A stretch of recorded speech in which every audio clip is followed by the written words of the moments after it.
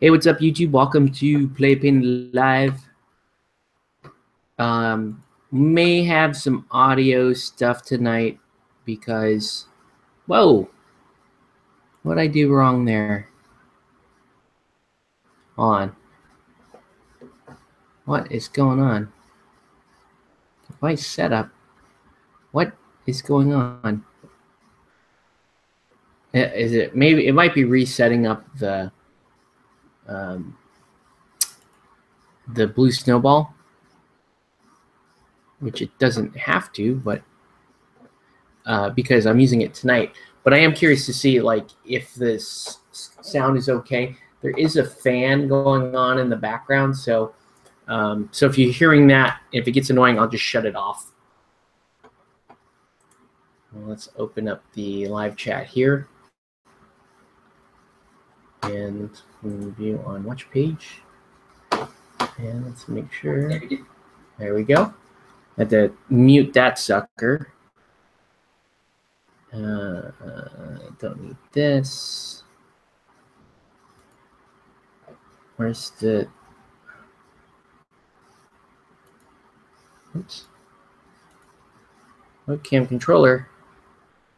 Where is my webcam controller?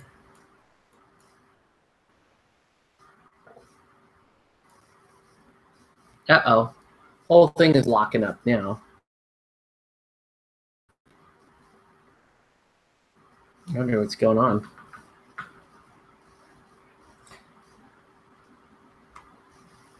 I don't know what this is, but that's slowing me down. Let's just do that.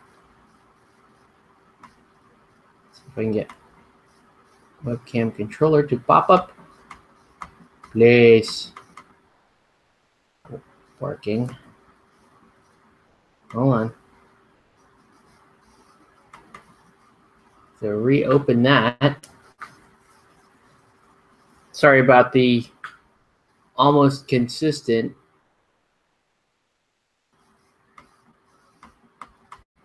Wow, it's just not opening up the webcam controller at all. You can see my frustration there. So I don't know. I don't want to deal with do not want to deal with autofocus tonight. I don't know about you. Autofocus is just gonna piss me off to no end. I mean, that said, it doesn't look like autofocus is even working, which is okay, because this is okay. Like, this isn't, if autofocus is not working, then we're good. We can just rock this. What is this? Super Tintin. I need that to not be a thing. Okay, there you go. All right. So I guess we're just gonna rock without the camera control on, because it's bugged right now. I don't know what's going on. Try it again.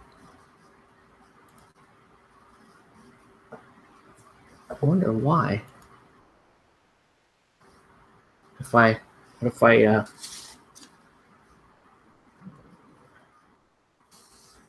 hold on one sec. You might lose me for a second here. Task manager. Let's close Skype. Yeah.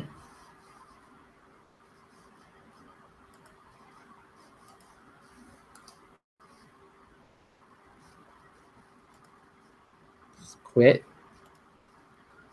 All right, well, let's just get to it, because it looks like my focus is fine. It's not going to change, so we'll just rock it. All right. Okay.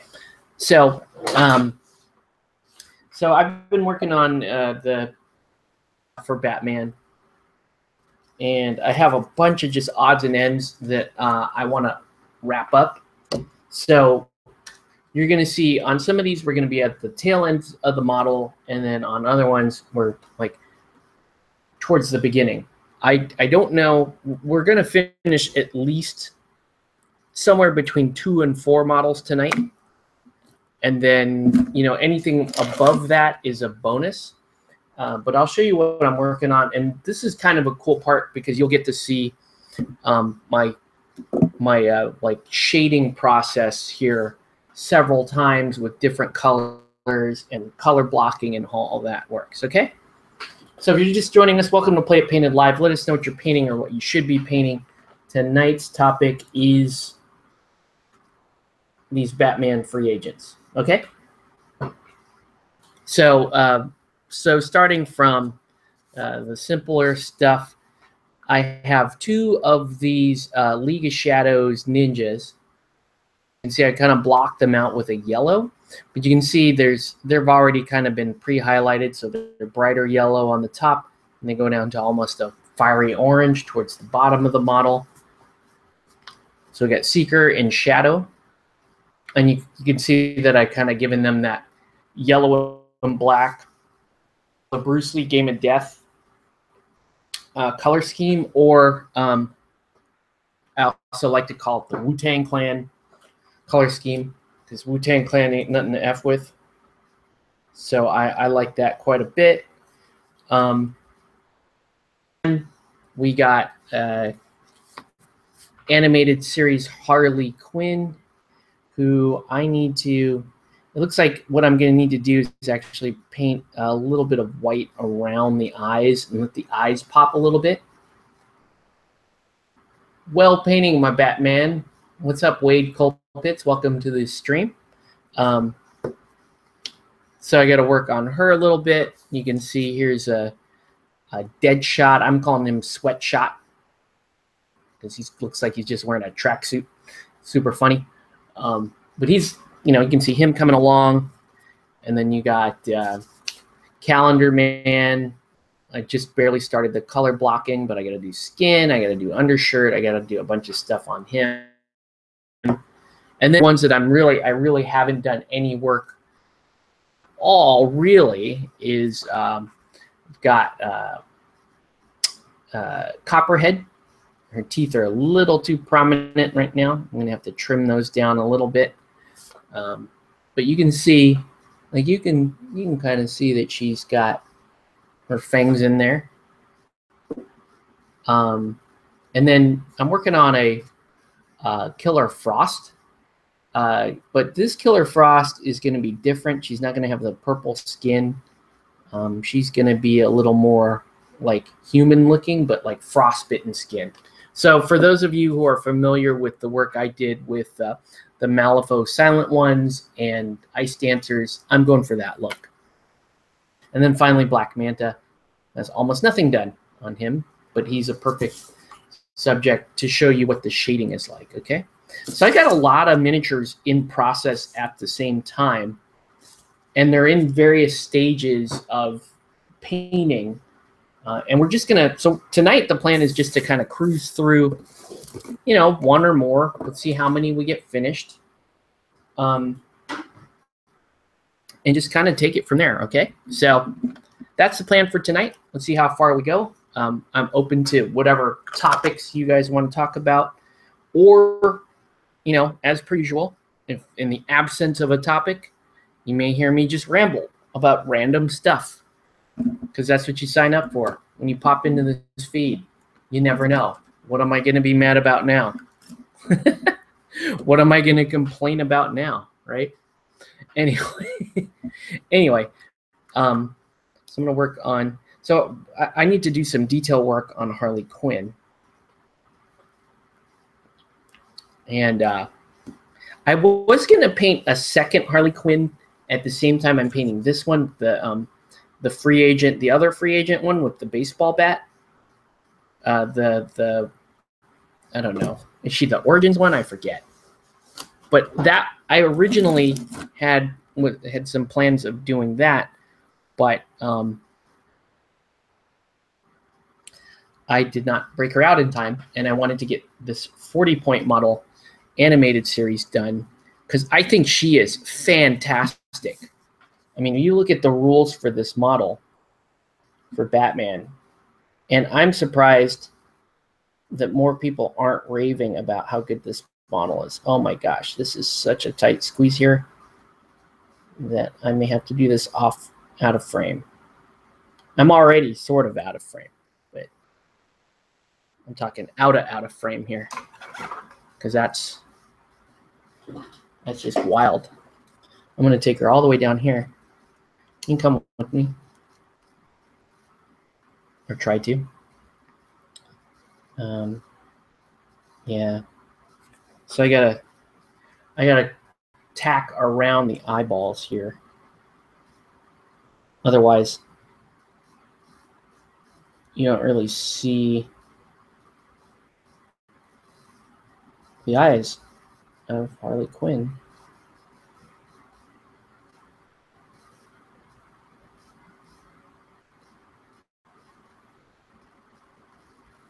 I'm just gonna do like that type of number.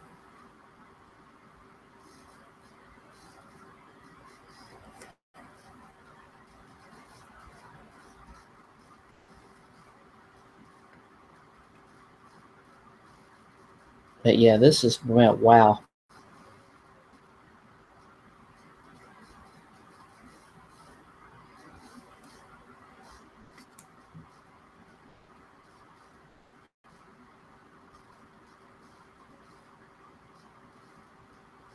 Oh, yeah, I messed that up pretty bad. Okay, which is okay. What I'm gonna have to do is I'll have to repaint the eyes. That eye. Let's see how we do on the other one.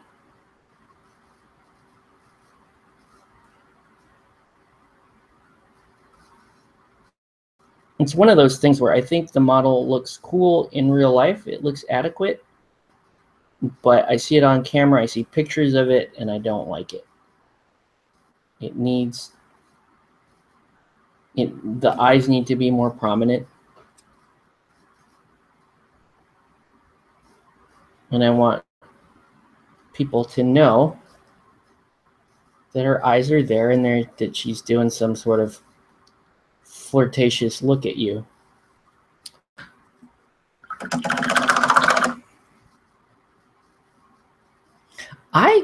I'll be honest with you. I was never a huge fan of Harley Quinn.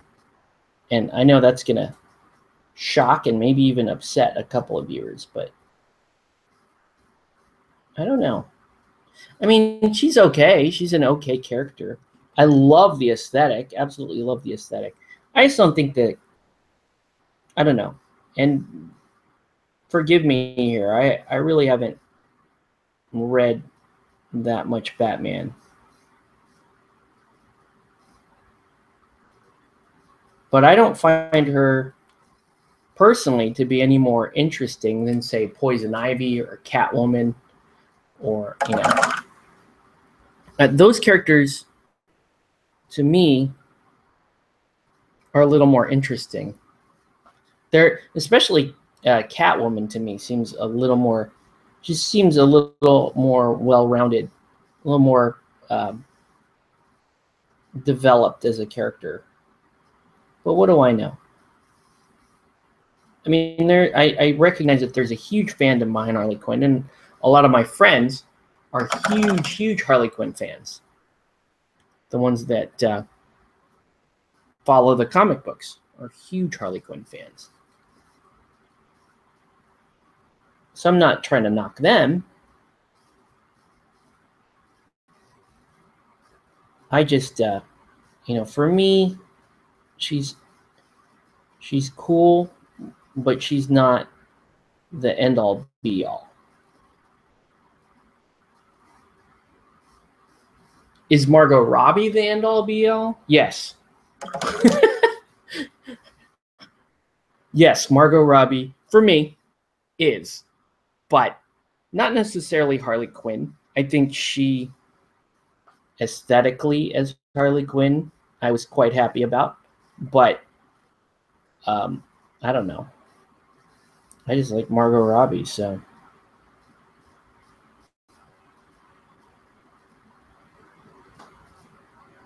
And I can't praise them enough for casting her in that role, because that's awesome.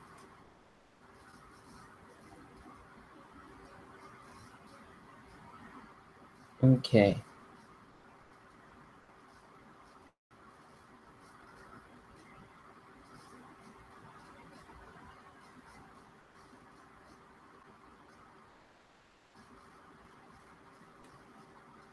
So it's like little layers upon little layers. Have I got enough light on this bad boy or what? I don't know. I know you guys can't see anything right now. Right now, you guys, it looks like you guys are watching.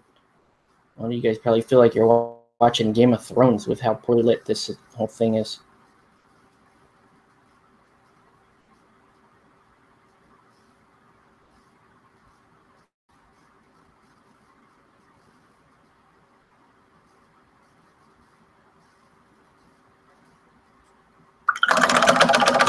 All right.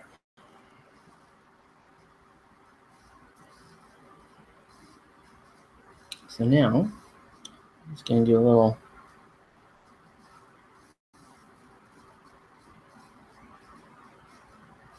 eyeball placement there. So she's kind of looking off to one side, which is awesome.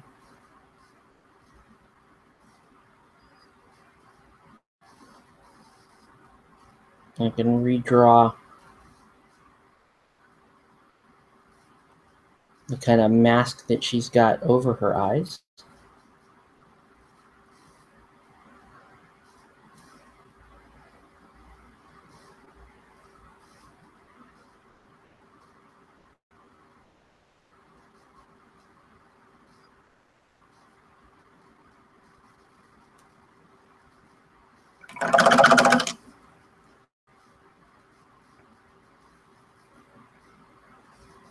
Coming along.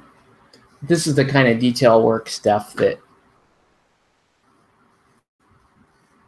super tedious. It kind of drives me insane, but at the same time, like I couldn't rest if I was not happy with how this, how a feature as critical as the face looks. You know what I mean? Face looked weird, then I would find myself not finding reasons not to play the model.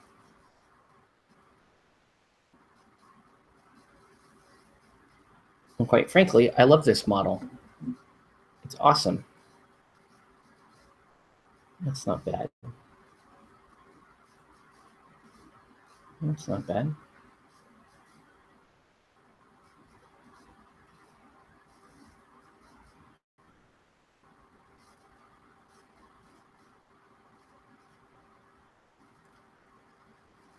All right, let's move the camera up.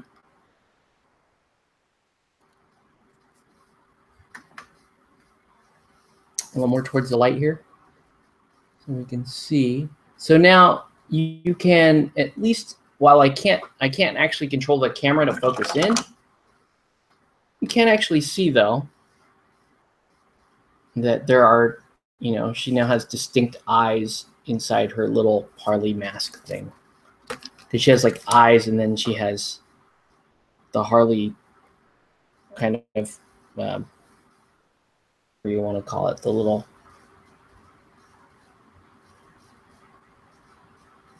eye mask thing that, say, like Robin has, and a lot of superheroes have this. All right. Okay. Anyways, fairly happy with that. Let's just move on.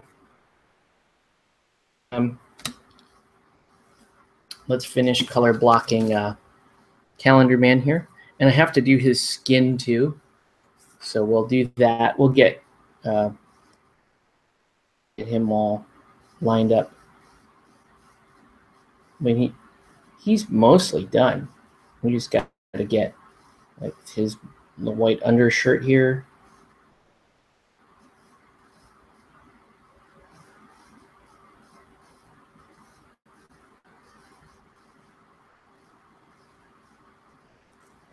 Okay. And he kind of has these black He has like a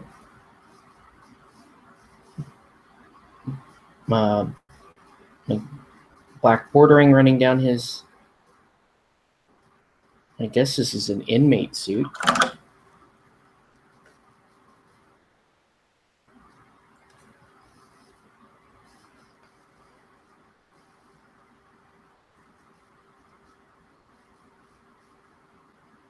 It goes down to his elbows, and then his elbows have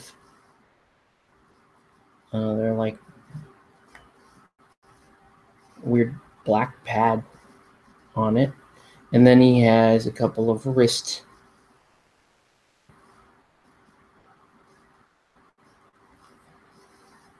think it's kind of awesome that we have Calendar Man, period. Really kind of interesting bad guy. I mean, he's definitely, from a gaming perspective, he's not a character that, you know, you're seeking to break the game with. But he's interesting. He's interesting enough.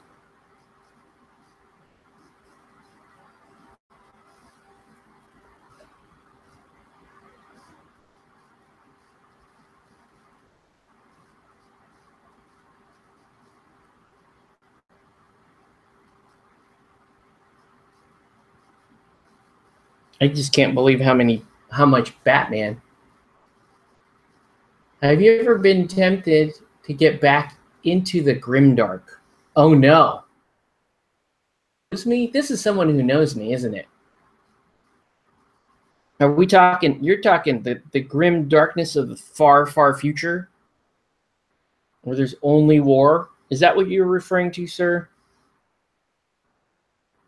The grim darkness. Man. I will answer that question because I do think that's what you're talking about. I've seen a lot of people, and granted, a lot of people who, like me, had a bias against Games Workshop and a aversion to 40K. Kind of do a 180 on the whole thing and go, you know what? It seems kind of interesting, and I'm gonna play it. And I'm thinking, you know, I'm gonna build an army and all this other stuff. And you know, my reaction to that, you know, I try not to judge. I try not to judge, or I try not to be biased there. I try not to, you know, I don't want to hold. I don't want to come off as someone that's just like holding a petty grudge against GW for years of bad product and bad service and this other stuff. I get that. But, you know, they tell me that they're going to get back into the game, and I just kind of, okay, well, I'm just going to let you go on your merry way, and I'm going to do my best not to pass judgment on you. Am I interested in going back? No. I'm despite the glowing testimony that I've heard from people that you know, are, I consider to be very trusted people. I don't want to get back into that game, and it's because their reasons for getting back into the game are very different than any reasons that would get me back into the game. I think the question for me personally would be, what would it take? This is the question for me that I would have to answer.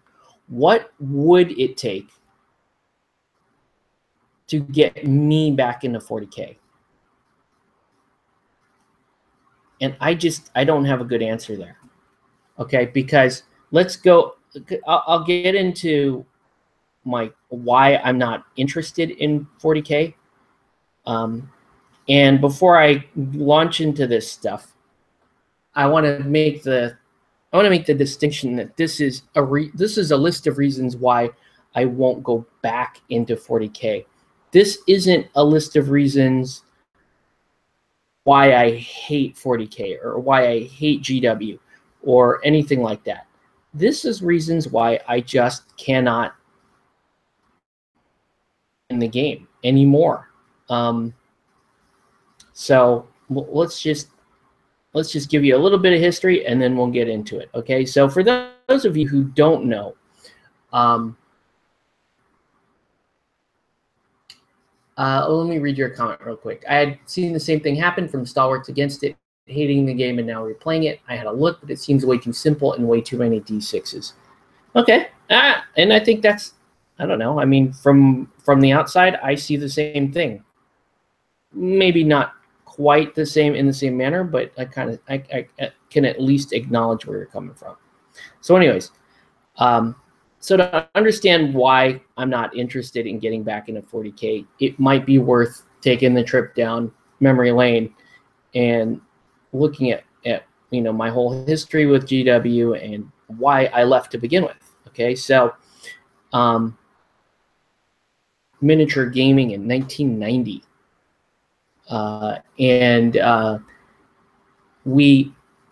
my brother and I were at the time. We were playing Dungeons and Dragons. We were playing D&D, AD&D people. I know what you guys play in whatever the coffee shops or what you play on, what the celebs play on Geek and Sundry and all that kind of shit. And you guys talk about 4th and 5th and whatnot.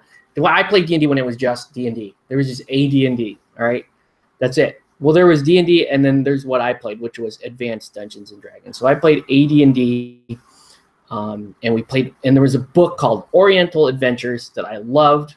And I don't care how many people are going to be triggered by me saying that shit, but yeah. We even played like Star Frontiers. We played all that stuff.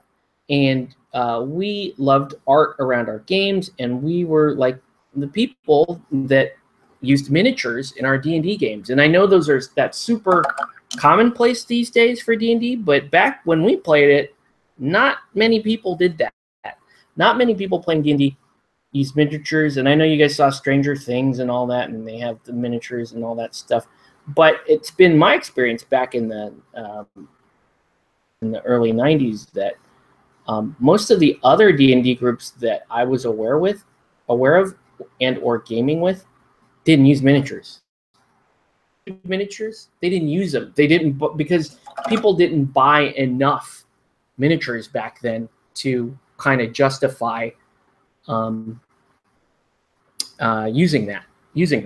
So even though people bought them, they rarely did anything with them.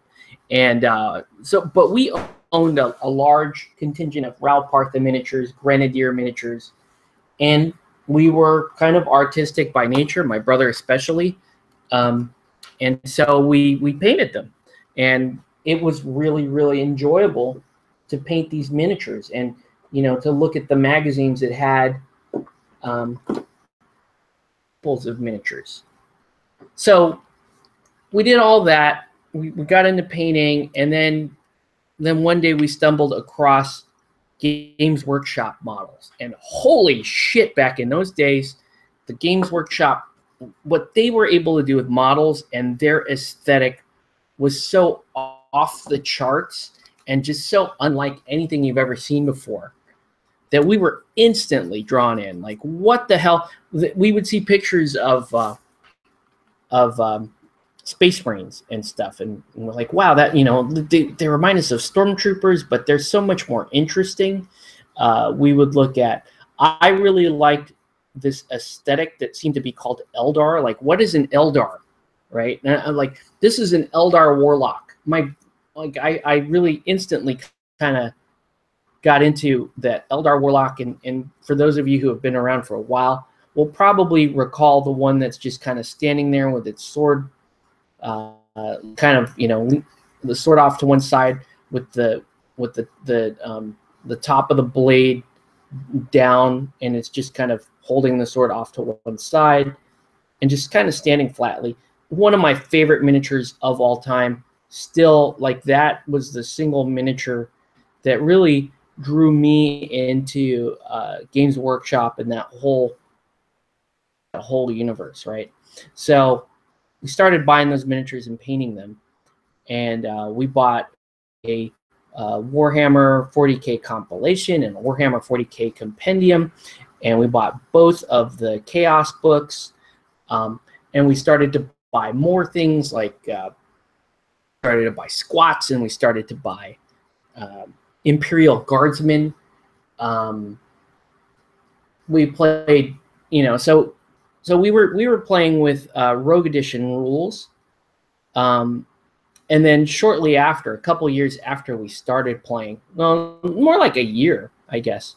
Yeah, it's like a year after we started playing, 2nd edition 40K came out, and that's when we really dove into it. Like, we were at that point, like, it was kind of like, man, we know what we're gonna do with the rest of our lives, type thing. You know what I mean? That's really sad, but fairly true, right? We knew, like, whatever the hell this is, we didn't know. Miniature gaming, we didn't know that was a thing. We didn't even know that that was considered a hobby, like a separate hobby. And we'd never heard of a miniatures game. We only heard of Warhammer. You could just say, okay, we play Warhammer.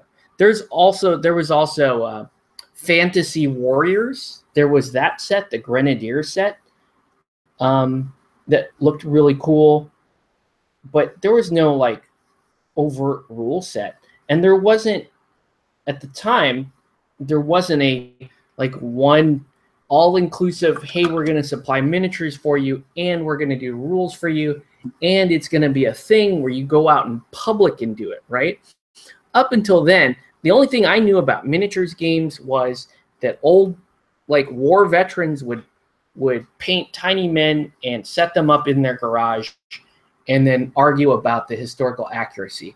That's all there was. Like, that's all we knew. And so when Warhammer came out, and it was geared towards a new group of people. It was geared towards people like us that were playing D&D, not historical buffs, not military strategists, not modelers. That's a different demographic of people, and that's the older generation from me. Okay, for you young kids out there, those are the boomers. The boomers, the old guys, the old boomers that would sit in the garage and do that kind of stuff. That's what they did, and they weren't into Warhammer 40K. Warhammer 40K was just like sorcery weird thing that the kids did, and there's you're supposed to tell me that there's fighting with weird space marine robot looking guys, and there's weird demons. That's the scary part. Like, oh my gosh, they summon demons in this game, and crab claws and boobs, and there's a minotaur that's got 3 boobs. What is going on? So Warhammer 40K was this really interesting thing that introduced the fantasy buffs, the RPGers, those guys, into the world of miniature gaming, which had existed mostly in a historical context, right? So I don't know where I'm going with this. I'm just rambling. But anyway, we got into the game, and we got into 2nd edition, and 2nd edition was so awesome because it was this crazy world that we could just read the fluff for and the background for hours. Like, I remember the original fluff of the Eldar was just crazy. How, they talked about an Eldar living for centuries, and that their life experiences and their minds were just so far beyond human would ever be capable of. And they were talking about emotionally too, and that how their hearts beated faster. Their hearts beat twice as fast as a human's, and their life, in order to prevent them from descending into debauchery and hedonism, which is the original this description of the Dark Eldar before there were Dark Eldar, was this idea that there were these Eldar that lived on craft worlds, and they had to adhere to the path, right? That's where that came from. Is they had to adhere to the path, and what the path was that every 100 years, essentially, they live a new life, and they specialize in something different and new, and they achieved perfection in an aspect of their life. That's what the path was, and that's what they were trying to do. So they would achieve perfection in one path of their lives, and then at the end of that, they would pick a new path. And so you would be like a master potter. You would spend 100 years. Imagine the best potter, the best human clay sculptor or potter or anything like that, right? He's plied his trade for, say, 50 years of his life, right? That's all Octave did, was this damn painted shit, and he became the best at that for a human, because you only have 50 years and you wasted your whole life painting miniature dudes, right? That's what you did. Then, but an Eldar got to do it for 100 years, and they became absolutely perfect at it. They became the best in their respective field at it. And then they turn around and switch paths and do it again. And if they don't do it, nuts, right? Because their mind will just go everywhere. They can think about anything. They can indulge in any sort of intellectual or spiritual freeform that a century or millennial-old mind can engage in. And that would be madness. Like you can't just live in an unbridled 1,000-year existence. You're going to end up like Lestat or some shit, right? You're going to end up like your immortality is actually going to work against you. So you got to adhere to this path. And, at every point in every Eldar's life, they have to walk the path of the warrior. And so when they walk the path of the warrior, they join a warrior aspect, and and then if they get trapped in the path of the warrior, then they can become an exarch. And then if they really, really powerful exarch, then they can end up, they can even end up taking, playing the role of, say, one of the Phoenix Lords or something like that. And then even if they're specially selected, they get to become the young king, right? And then the young king can become the goes through a ceremony, and he or she eventually becomes the avatar for that craft world, right? I don't know, why the hell am I talking about this? I guess I'm just telling you guys, like, this is how much shit that we got into, and how much we got into 40K, and how much we loved 40K and that whole universe. And what I'm trying to say is that we spent 15 years. I spent 15 years of my life being in the 40K universe. Went through 5 editions, rules editions, and I read when Space Marines were, in my opinion, more interesting than they are now, and Orcs were. The original fluff for me is just so much more interesting than how flat and boring and sort of what's the word? Sort of brotastic, I guess. I don't want to use that word. Not really brotastic. It's disconnected. That's how it feels. That's how it feels. I want to use a word, but it's super offensive, so I'm not going to use a word. Holy shit. That word just went into my head. Super offensive. I'm not going to use that word. But it's like I looked at the 40K lore as a complete person, right? It's a complete person with, that has different aspects to its personality. It's got the anger and the violent side, and it's got the psychological side. It's got an emotional side, sexual side.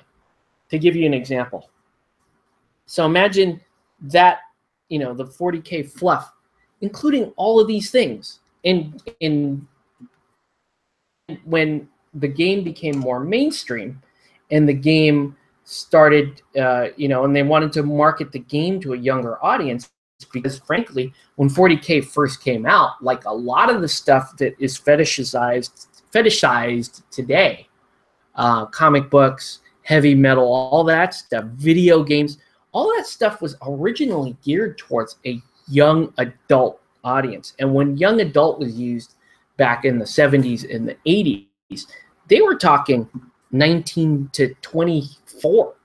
They were talking, well, maybe a little bit younger than 19, but definitely not 13. You know what I mean? We were into stuff, and that was, Stranger Things kind of covers this too. They were playing, you had a bunch of 11 and 12-year-olds playing D&D in the 80s in the Midwest. And that's not very common. You know what I mean? I'm not saying it didn't happen, but Stranger Things wanted to kind of develop these characters, and I don't know whether intentionally or not, I see some people walking away from that going, oh, D&D with your friends in the basement in the 80s, that was a thing. It was a thing to the guys that are alive and telling the story to you right now.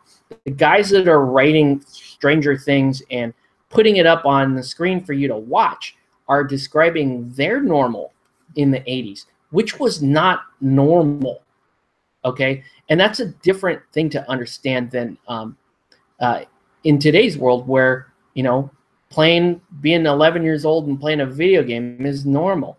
Having a D&D group is pretty normal. And calling yourself a nerd, super normal.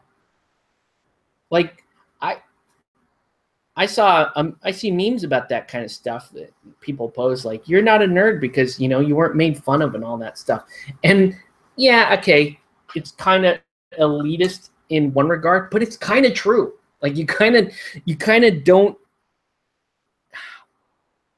Here we go. Old man talking. Okay, warning. Kids these days, I don't know. It's such a different experience, because what you consider normal, what we grew up in under what was normal, are very much not the same things. And you can bet your ass that modern stories, that the reason why superhero movies are so popular, the reason why video games can be talked about mainstream, the reason why, and it's the why video games is a bigger entertainment medium than film and music combined. The reason why is because the outcasts of our generation, my generation, rose to become creators of this content. And they presented to you, here's what I did when I was a kid, and I thought it was cool. And that's not to be conflated with, here's what I did as a kid, and that was cool. Okay? Two different statements. Okay? That's the one thing that like I would love it if younger people would understand a little bit better. What we did back in the day, you would consider cool, because it is normal, or it is more normal. Exception, miniature wargaming. Miniature wargaming is still, I tell people, it's the final frontier. It is still not embraced by the mainstream. 40K and X-Wing, and now Rune Wars, and then board games that use miniatures heavily have gotten us closer, but we're not there. We're not there until I see it. The day I see that shit on like The Big Bang Theory, like, oh, we're gonna play we're playing Wrath of Kings on the Big Bang Theory. The day I see that, then I'll see the point. Like, okay, we're officially not the final frontier. As of today, I'm going to make the statement that we are. That you're into miniature wargaming and you actually paint your models and and you read fluff and you look at different systems and all that stuff. You're professional grade, man. Like you're in the final territory, I guess is what I'm saying. Anyway, back to 40K. Dude, we just got the hell sidetracked. Like really, really sidetracked there. That's okay. So we got into 40K. We got super deep into it. Played second edition. Loved second edition. Third edition we hated. Played third edition. Side note: third edition was because people were complaining tournaments were next to impossible to run under second edition, and I understand. And they wanted to do that. And as a company, they said, well, organized play is really how you get more customers, is really how you get this thing to spread. Because, if you're running a business, it's not like, oh, well, I'm just going to sell to these people in the hobby store and then they're going to be, that's what it's going to be. So anyways, they made third edition more accessible for tournament play. They made it more streamlined. We hated it because they stripped so much out of that game. And we hated it, but we still played because, again, it was the only show in town. I won a lot of tournaments in third edition because it's like I won them hatefully and so embarrassed. Like I won those out of spite. I will tell you right now, I was angry. I did not want to play tournaments in third edition, and I wanted to prove people wrong. That's third edition. I played out of spite. And I won at least a dozen tournaments in third edition. Just running over people because, Space Marines have rapid fire. That's all I heard from months straight. Hey guys, Space Marines have rapid fire. I'm going to win this tournament with Space Marines. And the funny thing is, I would just go and and my brother was such a troll. He would troll the shit out of me before a tournament. He'd go, this guy here thinks he's hot shit, Octave. You should go beat him. And I'd say, I don't care. Like, I'm just going to play games. I try to be cool about it. And then I would see that same guy, like, picking on my brother, like, you suck, man. You'll never be good at this game. And I was like, mother. And, and then I would just go after that guy. And I would ruin his day and just tell him how bad he was and just say, well, why were you talking all that mess in the morning? You're just getting embarrassed right now. You're getting embarrassed. Shut up, okay? Don't talk trash about my brother or any of this kind of stuff. Anyway, ended up being not a popular guy during third edition because that shit would happen on the regular. Like, there would always be some power gamer asshole there. Inevitably piss me off doing something. Like, typically he would, like, people like my brother always won best sportsman because he was always like the coolest person. Like, oh, he would get his ass kicked and he'd be laughing and people will be cheering him on. But I just feel like sometimes I feel like they just pushed it a little too far. Like, it's good to have a laugh at a self-deprecating person, but then I don't know. I just felt like they just went a little too far, and then I had just go in and basically just check them, right? It is what it is. So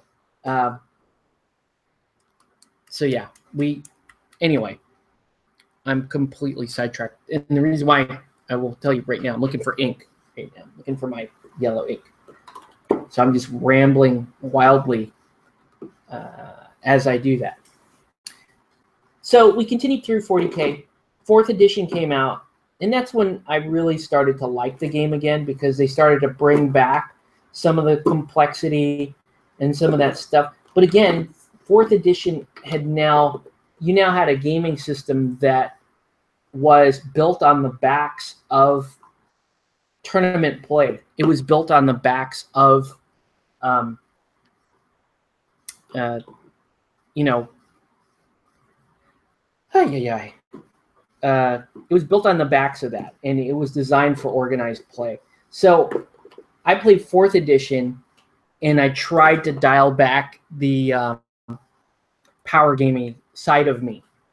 You know what I mean? I tried to get it under control. And I don't know. I don't know how successful I was. I didn't win as many tournaments in 4th. I still won a few. I would still get trolled by my brother and still just beat somebody. Every once in a while, I would ruin someone's day. Now, the ironic thing in 4th is that some of the guys who I had previously embarrassed in 3rd would go on to become GW employees, because that's when GW stores started to come out. And so, you know, I made good with people that ended up being GW employees. So that was 4th. And then finally 5th came out. And 5th dialed things back again. And, you know, simple in some areas, more complex in other areas, yada, yada. And it was just okay for me. My experience in 5th was just okay. You know, at that point in my life, I was about to get married, and you know, my whole future with gaming and hobby and all that stuff comes into question when you marry a filthy normie or a muggle or whatever you want to call her. You know, because it's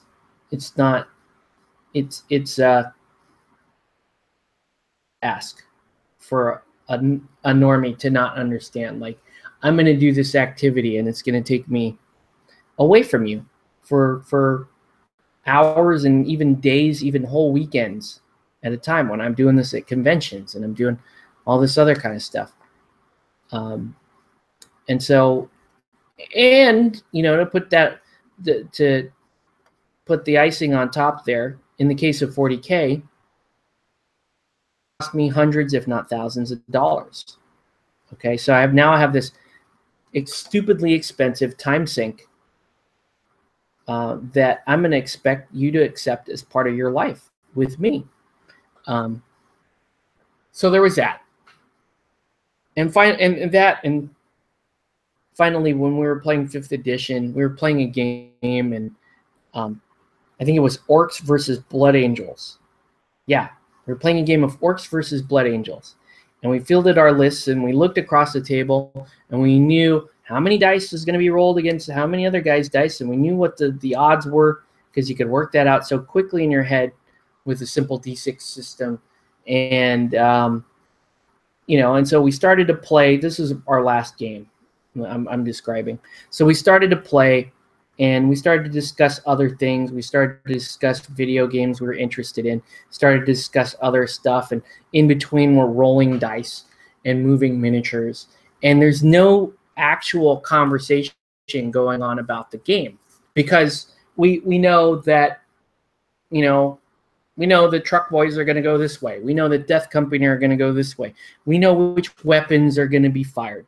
So you could just roll the dice. We don't even care. Like, oh, that's the heavy bolter being rolled because I see the 3 dice there. I know he needs to wound me on 3s, so I see the 3s there. I know I don't get a save, so I remove my model, right? So finally, all this stuff is happening. Our armies are moving towards each other in the center of the board in this inevitable car crash in the middle. And we're in the middle of discussing other stuff, and I kind of stop us and I say, you know, are we even playing this game? Because our models are just walking towards each other, and we're just basically carrying out a mathematical exercise that we know the general statistics for. And do we even care about the outcome at this point? Are we invested in this at all? I kind of just asked that question, right? And obviously we weren't. We weren't interested in this game at all. We weren't. And the game was playing itself. And so why bother?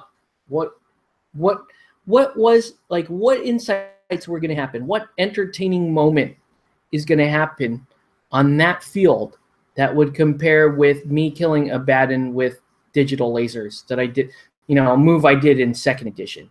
What is going to happen that is going to compare with, being able to just to drop off 6 Harlequins from the back of an nigh invulnerable Falcon and just eat an entire squad and hop back in? What was going to happen? What was going to be different after 15 years of this? Knowing what a Space Marine is, knowing what a Tau is, knowing where the Gene Stealers come from, and knowing where they took Space Marines, where Space Marine lore was super cool, and then now it's just like brotastic. There's like no, and then basically clipping the balls directly off the orcs, instead of the orcs being these hilarious parodies of like the Gremlins and the orcs with the Nazi orcs. I said it. Someone called Wall Street Journal. But yeah, taking that wild individualism that orcs had and just turning it into this horrible PG-13 asexual awful experience was just, why do I need to go back to that world? What perfect example, right? Let's talk about some of my favorite movies in the 80s. Conan the Barbarian, right? Conan the Barbarian was rad. It had violence. There was Subutai. There was James Earl Jones. It had all the war aspect in it, right? But what made Conan awesome? All that stuff for sure did, but it was the world too. It was this raw Sumerian world where, there was a bit of misogyny in there. Yeah, there were naked scenes, and he took women when he wanted them, and there was all kinds of shit. But is it fucked up? Yes, but that is the entire experience. That was the entire visceral experience. And that was one of the reasons why I loved Conan so much.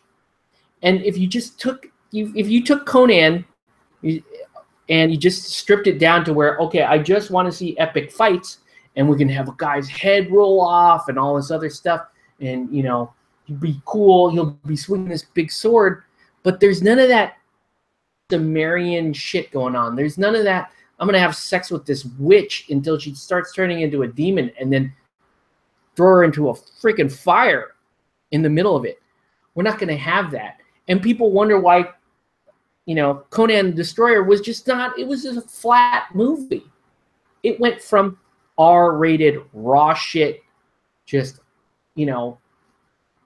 raw, unadulterated shit, to we're just going to keep the violent parts. And that's what I felt GW did with their whole universe, right? Oh, well, the Dark Eldar come out, and they're supposed to be these sexual deviants, and they're supposed to do perverted stuff to their captors.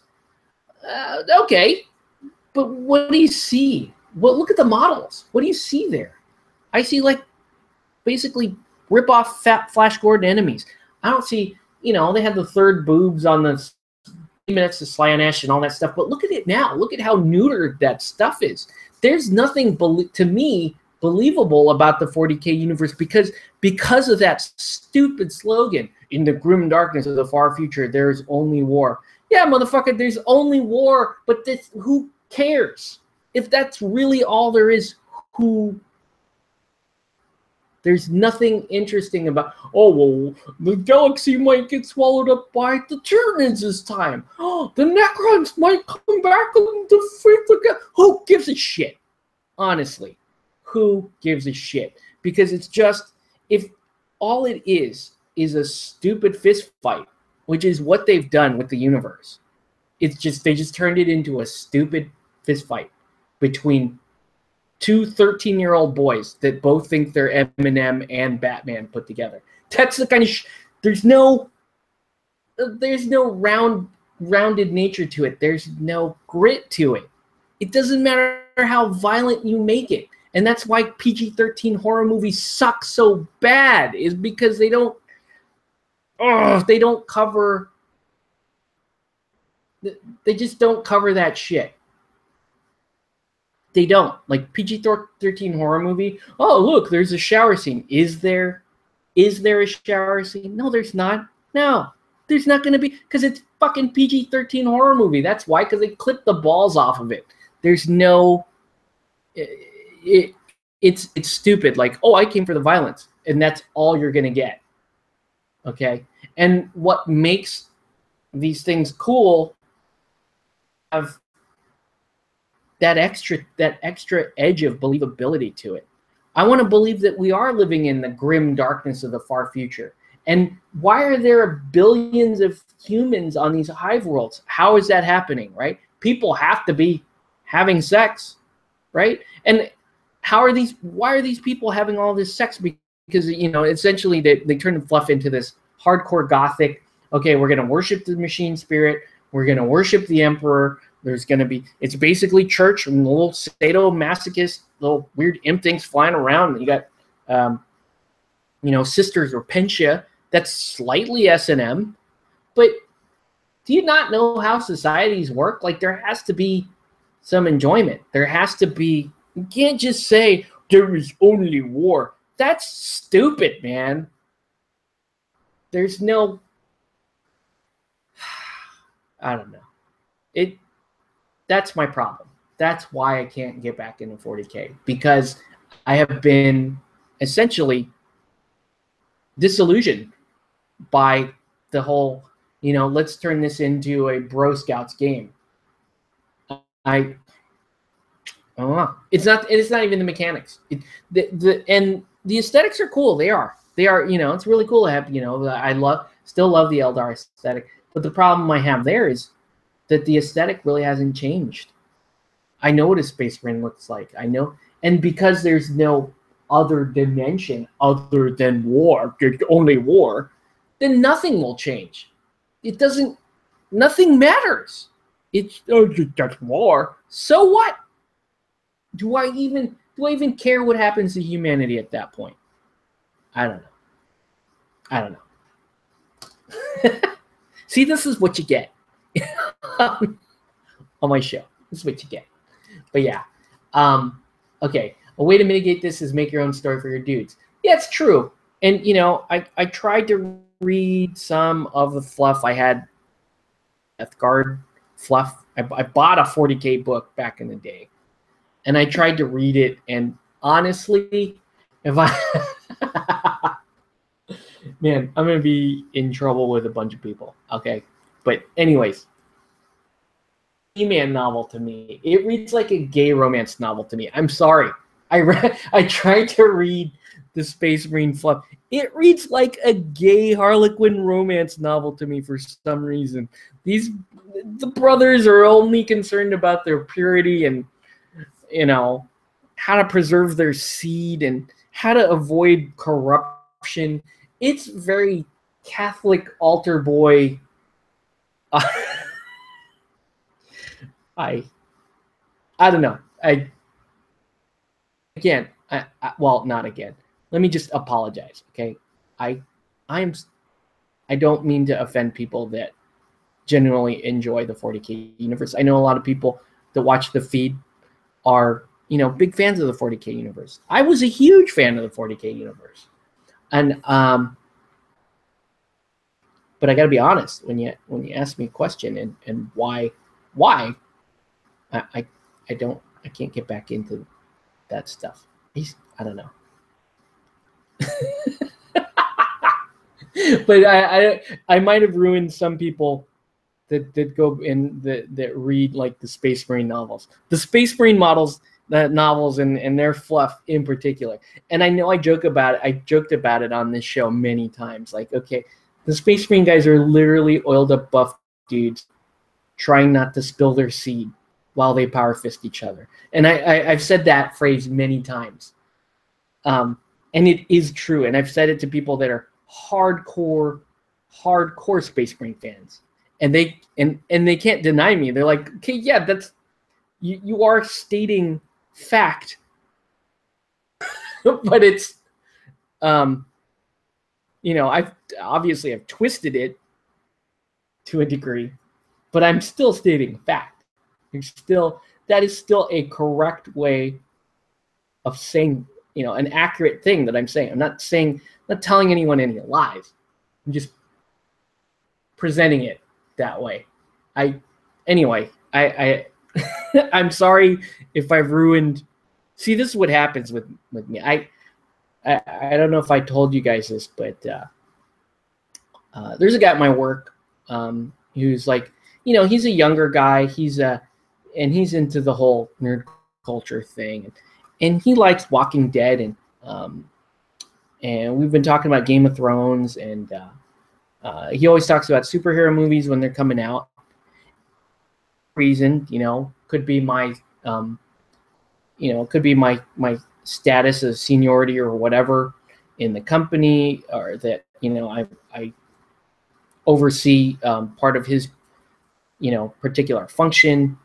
He doesn't report to me directly. It's kind of fun because the guys that report to me directly are usually a bit older than me, and they don't know what the hell I'm talking about. So anyways, so he comes in and, he'll ask me about stuff. Well, how do you feel about this? How do you feel about this? And when he first started asking me, I'm like, just don't come in here and ask me, okay? Because I'm going to ruin it for you. I don't want to ruin it for you. Like, it's cool that you like this stuff. Like, enjoy it. That's cool. Please don't ask me. It's that old Eldar proverb, right? Ask not an Eldar a question, for he will give you 3 answers, all of which are true and terrifying to know, right? I did quote that, and I told him that, like, ask not the Octave, for he will give you 3 answers, all of which are true and terrifying to know. But he would ask me about stuff like that, and I would kind of just like, if you want my honest opinion, here I go, and I tear shit down.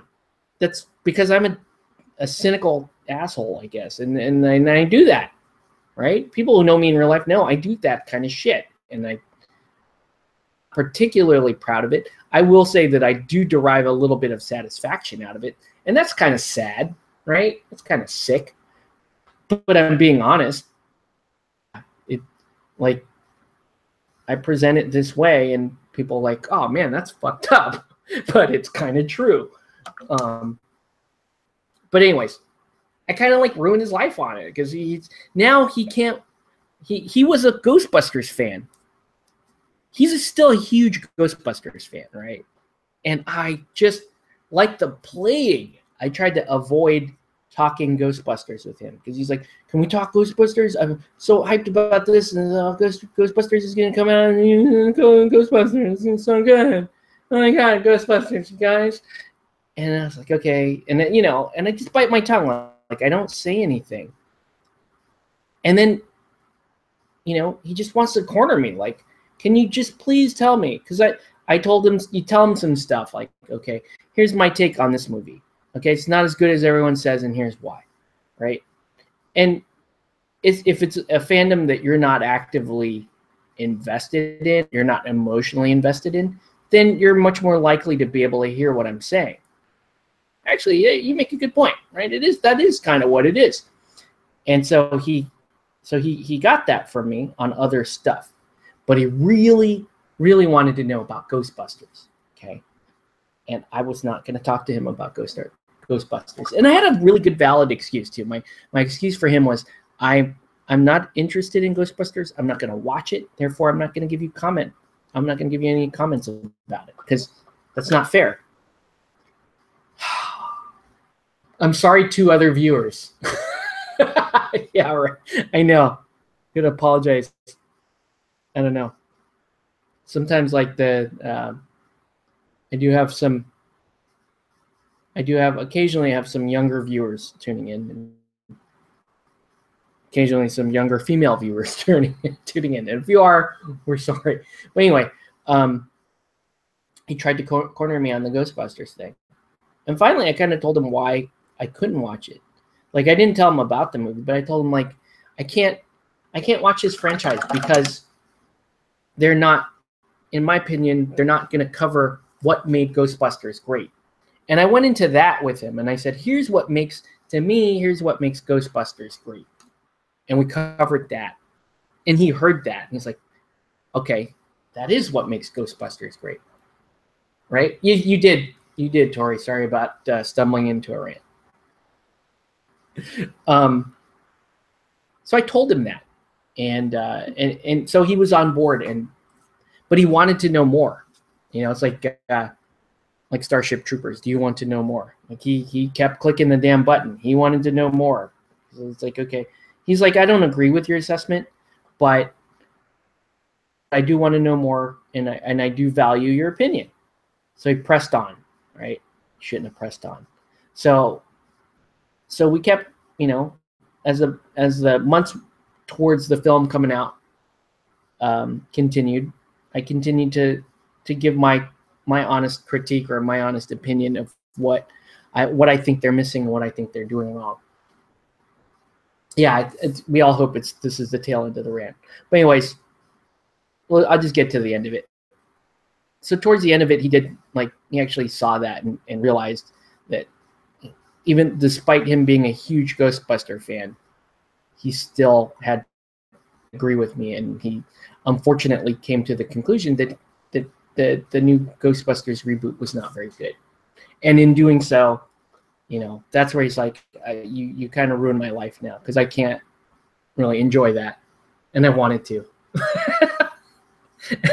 and I know I'm laughing, but I do genuinely feel bad about that kind of stuff. So, but anyway, yeah. Anywho, Batman. Yeah. But it is what it is. Like, you can pick topics like that. There's another guy in my department that he's really into Game of Thrones, right? Really into Game of Thrones. And my wife is really into Game of Thrones. And I was really into Game of Thrones at one point. And I've been disenfranchised from it. Because, particularly with this last season, because it in my opinion, it abandoned its core tenets. A lot of it's because George R.R. Martin, they don't have any more of his book to follow.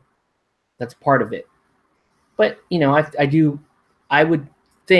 like to think that there's been some pressure from the studio to maybe be a little more formulaic with the writing, to try to get more people to watch and be interested. I get new people watching Game of Thrones, and that means to the studios and to marketers and stuff. That does mean catering to the lowest common denominator, and that does mean oversimplifying or stripping down a lot of what made you so popular in the first place. So it's the same thing. Like, he's really into Game of Thrones. I'm kind of disenfranchised from it, but he wants to know my opinions on that kind of stuff. So yeah, so there's that. Anyway, cool. Any questions? I don't know.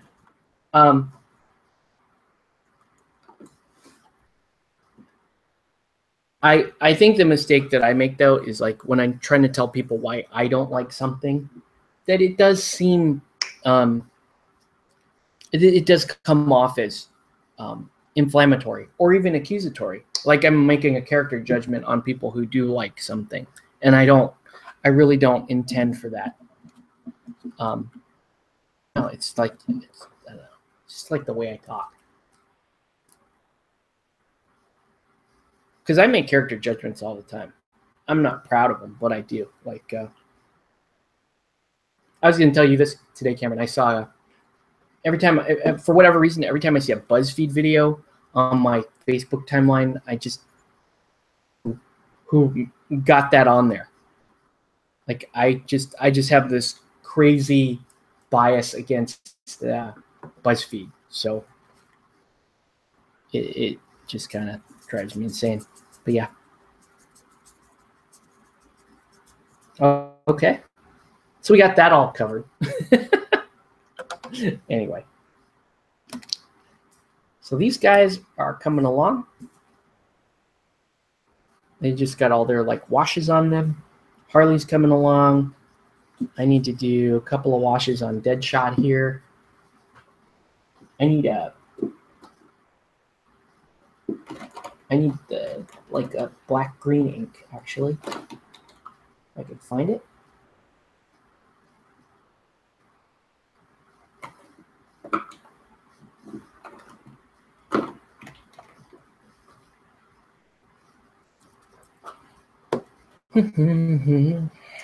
So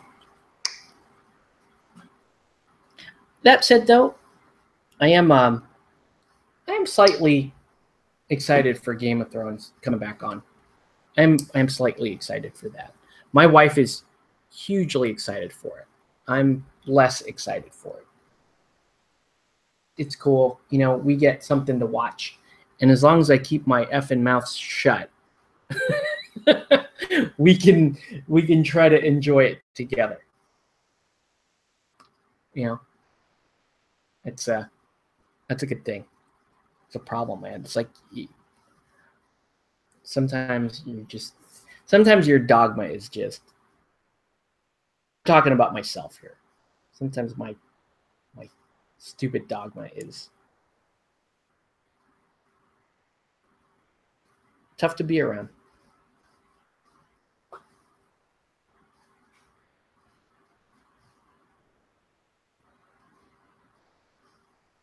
So this is this Deadshot here is kind of a stupid looking miniature. I call him Sweatshot because he just looks like a guy that just like put ski boots over his and is just wearing like a parka, and like that was his superhero costume. Like he decided to go out looking like that. Like that, really? Like that? I could put on this costume and walk around Comic-Con and people would go, why is there a shitty version of Star-Lord walking around? So not the coolest costume for Deadshot. But his rules are good. Damn it. Here's my conundrum. Okay, so I'm playing Secret Six for Batman. Secret Six, they're still making models for that team. It's right now, it is impossible models for Secret Six in a standard 350 rep game. You cannot actually do that. In fact, there are very few teams in which you can field 6 models for 350 points. There are lots of crews you can do it with in Batman. Lots of crews that you can get to. You know, it's not for a normal crew like the Joker crew or Two-Face or anything like that. It's normal to be able to get to, you know, 6 to 8 models for 350 rep. But a team like Teen Titans, like Birds of Prey, Secret Six, it's difficult to get to 6 or more models. Birds of Prey, you can do it. You can get to 6 models with Birds of Prey, and it kind of plays like a horde list. It's actually not bad, but most of the time you're like 4 models. And same with Secret Six. Most of the Secret Six lineups, you're at 4 models. And it's really hard to win a game of Batman with 4 models. Even if they're the 4 most badass models that you can get in the game, you're still going to have a hard time, mainly because it's just so physically difficult to cover the board state with 4 pieces, and the other guy has twice as many pieces as you. So take that for what it's worth. But anyways, so I'm trying to field with 6 models. The best I can get to is 5. And in order to get to 5 models, I have to take this absolutely stripped down version of Deadshot, and I have to take this super cheap, fairly stripped down Harley Quinn model. But here's the kicker. I've been looking at their rules, And I think these models are brilliant. I think these models are just absolute fantastic value for their points, especially Harley Quinn. Harley Quinn is a 40 rep free agent, which if you don't play Batman, just know this, like most free agents in the game will run you between, we'll call it 65 and 100 points. That's where most free agents go. And you play 350 point games. So most of the time you're running, one or two free agents in your list. A 40 point free agent is, essentially just an upgraded henchman, which henchmen in Batman are essentially just the rank and file guys. So, with animated series Harley Quinn coming in at 40 points, you're going to have lower expectations. You're like, okay, she probably only has 5 endurance. She's probably going to just die the first time she takes a bullet or two. Not true. She has 6 endurance. She actually has, her stats aren't that much worse than, say, the 90-point Margot Robbie Harley Quinn, who is the most expensive Harley Quinn. And her playstyle, and actually what I love about this game is each Harley Quinn, there are 4 different Harley Quinns you can play in Batman. And Secret 6, you can take Harley Quinn.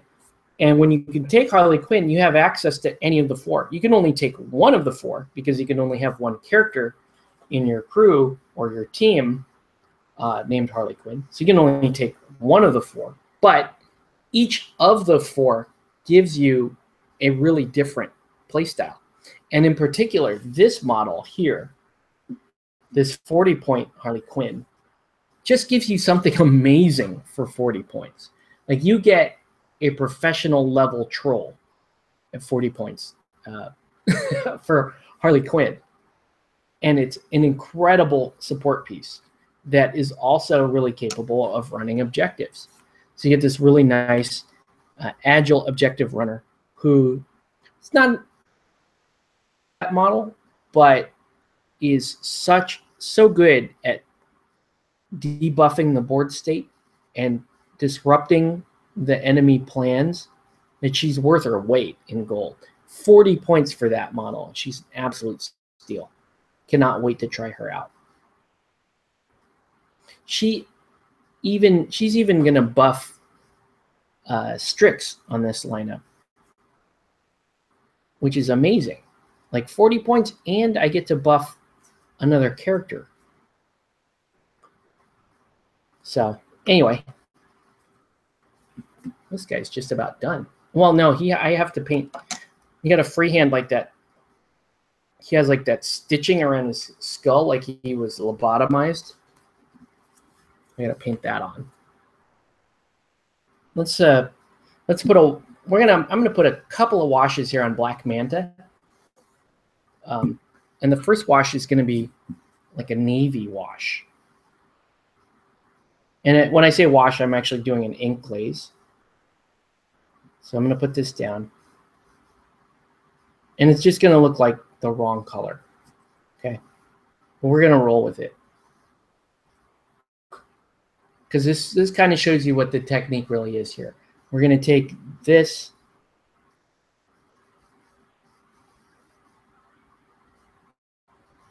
And we're going to get that first tone of blue down.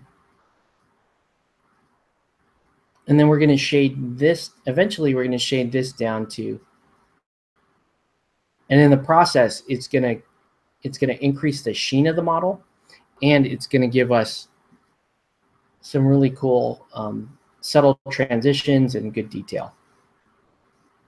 Oops.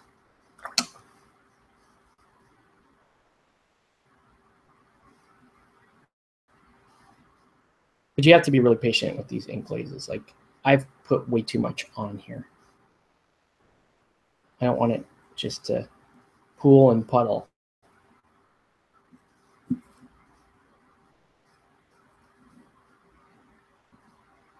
We'll get to it here in a minute.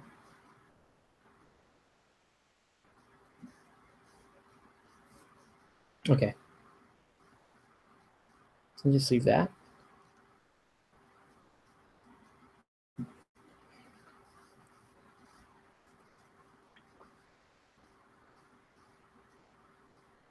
Oh, a little too much pulling there on this guy. Okay. So those two are basically done. Let's do the. So I guess I'm not going to touch Copperhead or Killer Frost in this session. We're gonna focus on getting these 5 done. Black Manta probably won't get done. So I need to paint. So now I need to paint that kind of scarring on a homeboy's head. So I'm gonna use this mahogany brown, and we're just gonna. I'm gonna start with a straight line across his head, and then we're gonna paint like little stitches into it.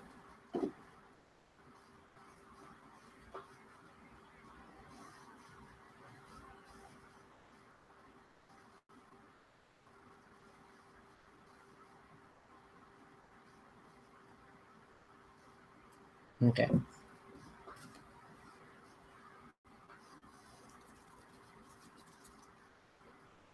By the way, I will promise not to rant like that on paint day. You only get that when I'm here.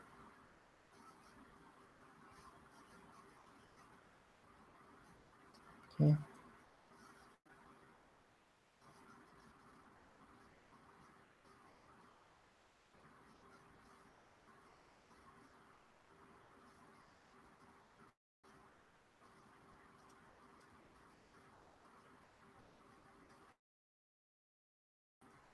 Going to paint day on Saturday, Cameron? Let me know.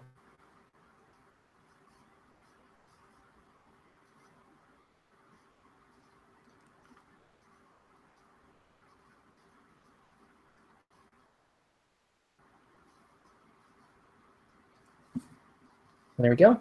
So now, no way, that was awesome.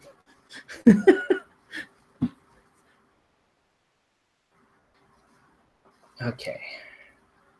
So now I've got that little brown stripe down. I'm going to add a little bit of red to it.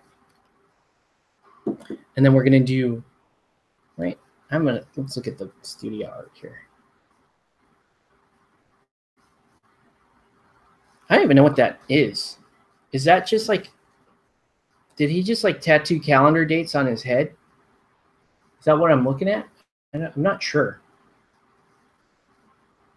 It's pretty hilarious, whatever it is. So do a little brown. I'm going to do a little red stripe. And then we're going to do a little bit of a like black markings, or maybe even just dark brown. I think black would be wrong. Black doesn't look correct for this. Let's do.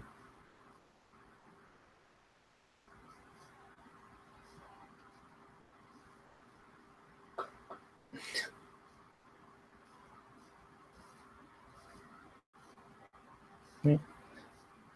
So this is going to thicken up the line.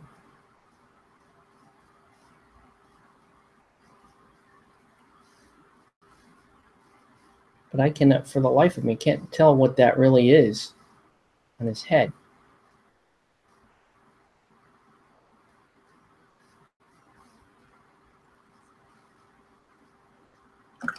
Okay. And then I guess we're going to try a chocolate brown, and we'll just do like little hash marks.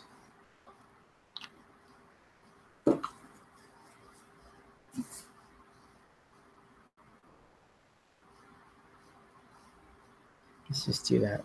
So he has like little.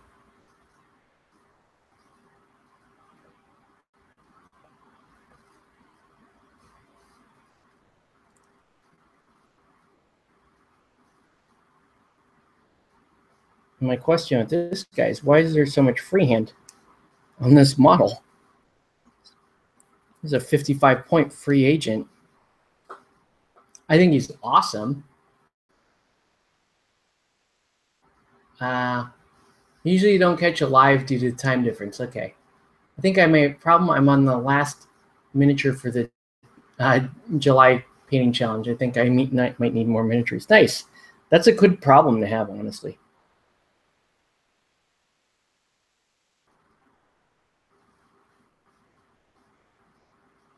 I'm not running out of miniatures anytime soon, because I bought too much Batman. And even besides that, I have Mansions of Madness 2.0 that I have to paint eventually. And then just some odds and ends stuff. Like all the other stuff I have would just be painting for fun. That's not that important, but still. I do not know if what I'm doing is correct, but it looks cool. It looks like there's a lot of time that went into doing this.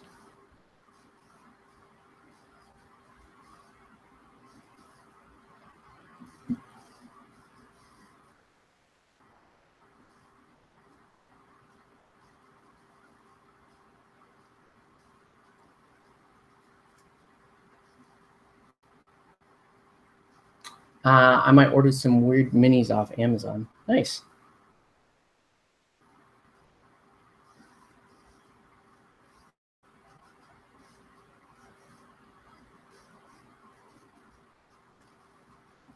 Okay. I don't know what you guys can see. If you can actually make out what this looks like. I think that's right. That looks like Calendar Man to me. Let's start painting the... So all these are going to follow the same rough pattern for the bases. I'm going to need a few colors. I'm going to need Basalt Gray. Do I have Basalt Gray up there? I do not. Yeah.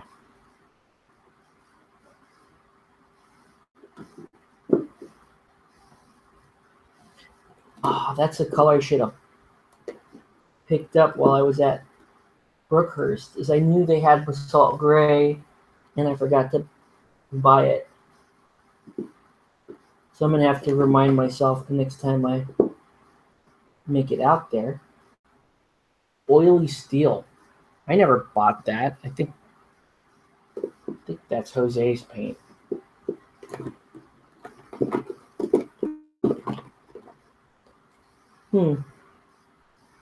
Well, that's bad. I don't see Basalt Gray in here.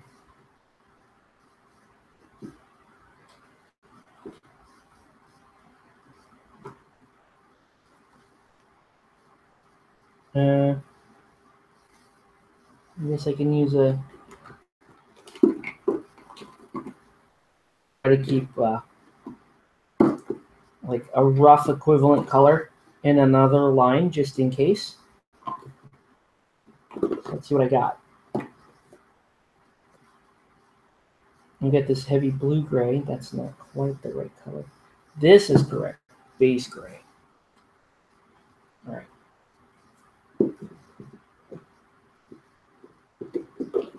That base gray is correct. All right, so I need base gray, and then I need a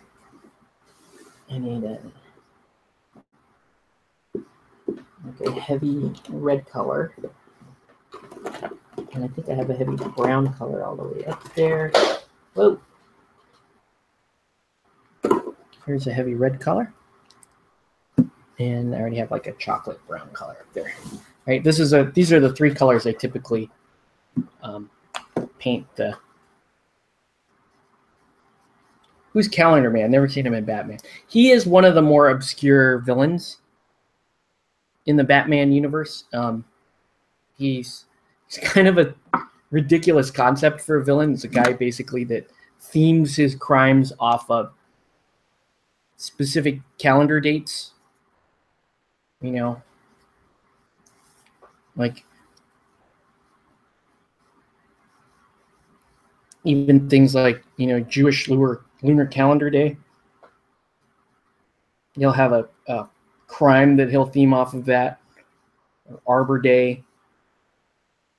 Batman's most ridiculous opponents.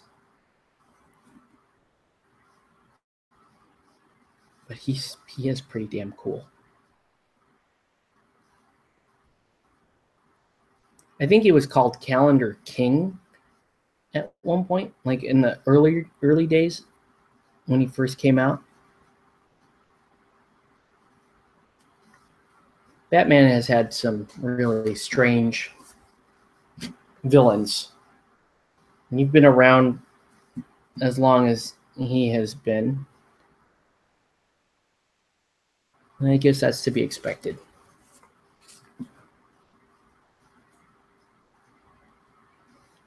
I'm excited to see what this Sweatshot does, because I fielded the classic Deadshot, and that guy was just, I could not roll a dice to save my life. Like all of his shots, all of his big sniper rifle shots, I just kept rolling one after one after one. Could not really be effective with the model. And then towards the end of the game, I started to hit with my pistols and stuff. But by that time, it wasn't enough. Remember Kite Man? You mentioned him. I was out of the room. Kite Man is amazing. Oh, I love Kite Man. I think it was the cartoon or whatever where Batman designed a kite to defeat Kite Man. So he's not even like the world's greatest kite designer because Batman out-kited him. Oh man, they better have Kite Man in this game. That's going to be one of the most wanted miniatures if that ever comes out. Freaking Kite Man for Batman. I will. I'm in. That's what we're doing. Kite Man, yes. I'm down. Consider me in.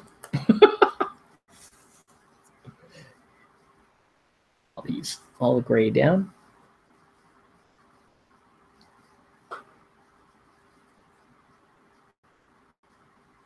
And these two ninjas are from League of Shadows, which is a really good crew. The Ra's al Ghul is ridiculous in this game, as he should be. I mean, he's one of Batman's most formidable foes.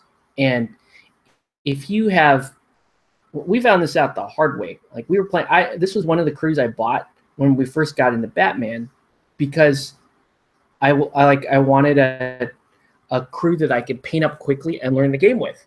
So I bought the Ra's al Ghul gang. I bought that starter set, which is essentially Liam Neeson and 3 ninjas.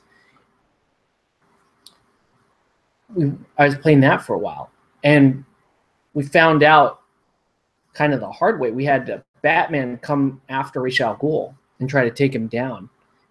And, you know, up until that point while we were playing, we were like, man, Batman is just so stupidly strong. How do you kill Batman? Well, one of the answers is to field Ra's al Ghul, because that fool killed Batman in a single melee, and bam, cut his head off with the decapitate rule. That was insane. That was like one of the coolest things that happened initially when we were playing Batman, and it was wild. It's like, man, that's what this game is going to be like, huh? But yeah, like we at the time we didn't know enough about the game, and we're like, man, that one character is stupidly powerful. And he's still stupidly powerful. But what we're figuring out about Batman is that a lot of the characters are stupidly powerful. So, you know, take it with a grain of salt. And we say, you know, yeah, the character's really, really strong. Oops. don't know why I was trying to park the thing there in front of the microphone, but whatever.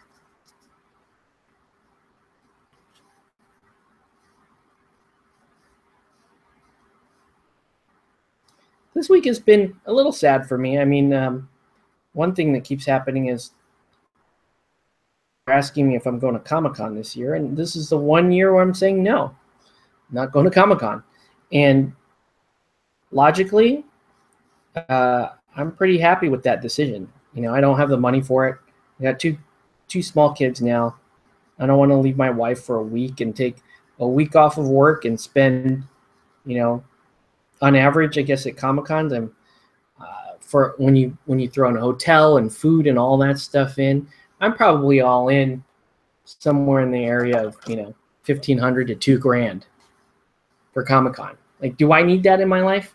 No, I don't need to spend that kind of money for Comic-Con, which I've been to for the last 4 or 5 years straight, and I no longer, I don't know, feel like I've seen what I need to see for Comic-Con for a while. Anyways, I have enough to not be that interested in it.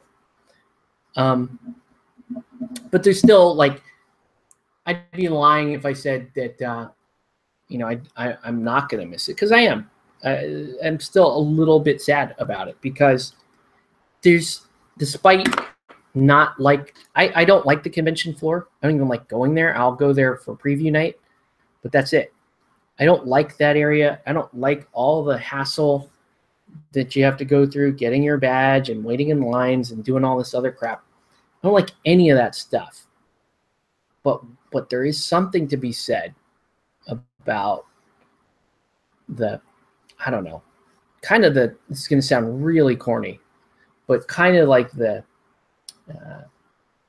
energy of the town of San Diego during Comic-Con is it's palpable, and it's amazing. It's, you live in this, I always tell, the way I describe Comic-Con is, well, 2K just for flights if I wanted to go. Yeah. The way I describe Comic-Con to people is like, you know, 360 days of the year, you know, I consider myself a fairly normal guy. I work a Monday through Friday job, and you know, I work, and I lead a fairly normal sort of, if anything, average sort of life, right? And I get in my car every morning, and I get dressed for work, and I do my thing, and I come home and take care of my family, and I live in this particular house, right? And I pay my bills, and I'm responsible, and I want Batman minis or whatever, and sometimes I get them, and sometimes I don't.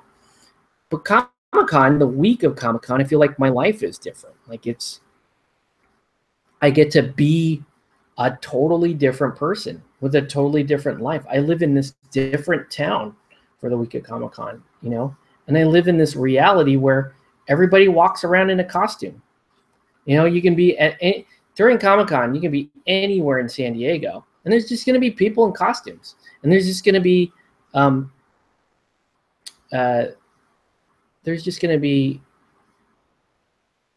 you know, some event going down. There's going to be cameras everywhere. There's going to be crowds of people. And I don't know, it's just kind of cool. Like, my favorite thing about back in the day wasn't, you know, it's fun during the day when you get to meet on an average day, like working the mezzanine, working that side of it. You'd meet 25, 50 people in a day. And there'd always be like interesting stories and that kind of stuff. So you always got something cool out of it. And it's awesome. But afterwards, what you got to do was, you know, you pack up your stuff. Maybe you might do a little after hours gaming up in the mezzanine. Then you pack up all your stuff, and then you go into the town at night. And this was one of my favorite parts, just being downtown at night and, you know, still enjoying a little bit of a nightlife. Now, my whole Comic-Con thing, I've been married the whole time. But that doesn't mean that, you know, I still enjoy kind of being out in that scene for a bit, because it's like that. It's like in like the nightlife scene, but it's not like bro douchebaggy like Long Beach night scene. It's not like Huntington Beach brotastic lifestyles, right? There aren't like all these like chodes out there that are like trying to out testosterone each other. Instead, you know, you have this mix of people. You still have chodes out there. Like you still have bros still trying to do their thing, but these bros are at least a little bit cooler than your average nightlife bros. And then in addition to that, you have this mix of people, of these more accepting people, you know, the typical nerdy people. You have people that are from out of town that are just taking in the whole, you know, the whole atmosphere. Like this, for some people in Comic-Con, this could be their first time being in San Diego. Could be their first time being out of their state, or hell, out of their country. I've met plenty of people that, you know, from Mexico, from Argentina. I met people from Germany, from Australia, and that's awesome. Like that's some of my favorite parts about Comic-Con is you get people that are like, this is like a once in a lifetime experience for them to go to Comic-Con. For those of us in the Southern California area, like sometimes we just take it for granted. Like, yeah, Comic-Con. I'm just telling you right now, like, yeah, Comic-Con, I'm kind of over it, right? But the other side to that is there are people here that have waited their whole lives to go to Comic-Con. And this is their chance. And I don't know. It's just really exciting. Part of that downtown. I saw on my Facebook feed some of my friends from Geek Chic were posting that they're sad that they're not going to Comic-Con. And that's just sad in general too, because I don't know if you guys are familiar with this or not, but Geek Chic is closed down. They're no longer a thing. It's just, I think, as much as I love Geek Chic, I think they kind of priced themselves out of the market. It just wasn't that accessible. One night I was walking to my car in the parking lot. Some old lady was trying to hit on me. I told her I wasn't interested in her. That'll happen at Comic-Con too. Yeah. The strange Comic-Con, really kind of odd. That's funny. I'd never heard that story before. Was that the year that you came out and helped me, Tori? Interesting. That you were there the year that we were all the way in that shitty hotel, the Hyatt. It was like almost a half mile from the convention center. But Geek Chic was there, and they were cool. And you know, we made the best out of that situation. We made that situation work. We should dress the Sailor Moon.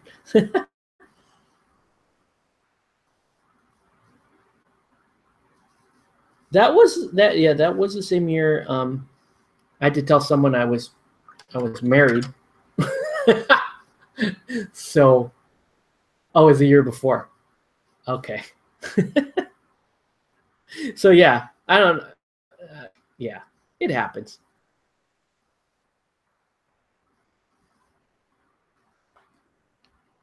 Which is weird too, because usually, like, my experience with Comic-Con is usually the guys like gawking at the ladies, trying to get some attention from the ladies, particularly the cosplay ladies.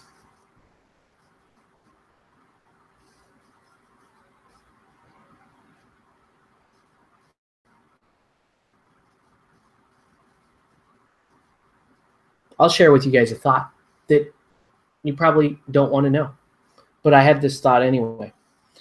So there have been a lot of I noticed there's quite a few YouTube videos and articles coming out right now about sex robots. Yeah, that's right. We're going there. This is a late night show. Sorry, not sorry, right? We're just going to talk about it. And so I was watching this video about sex robots, and the video was covering an article.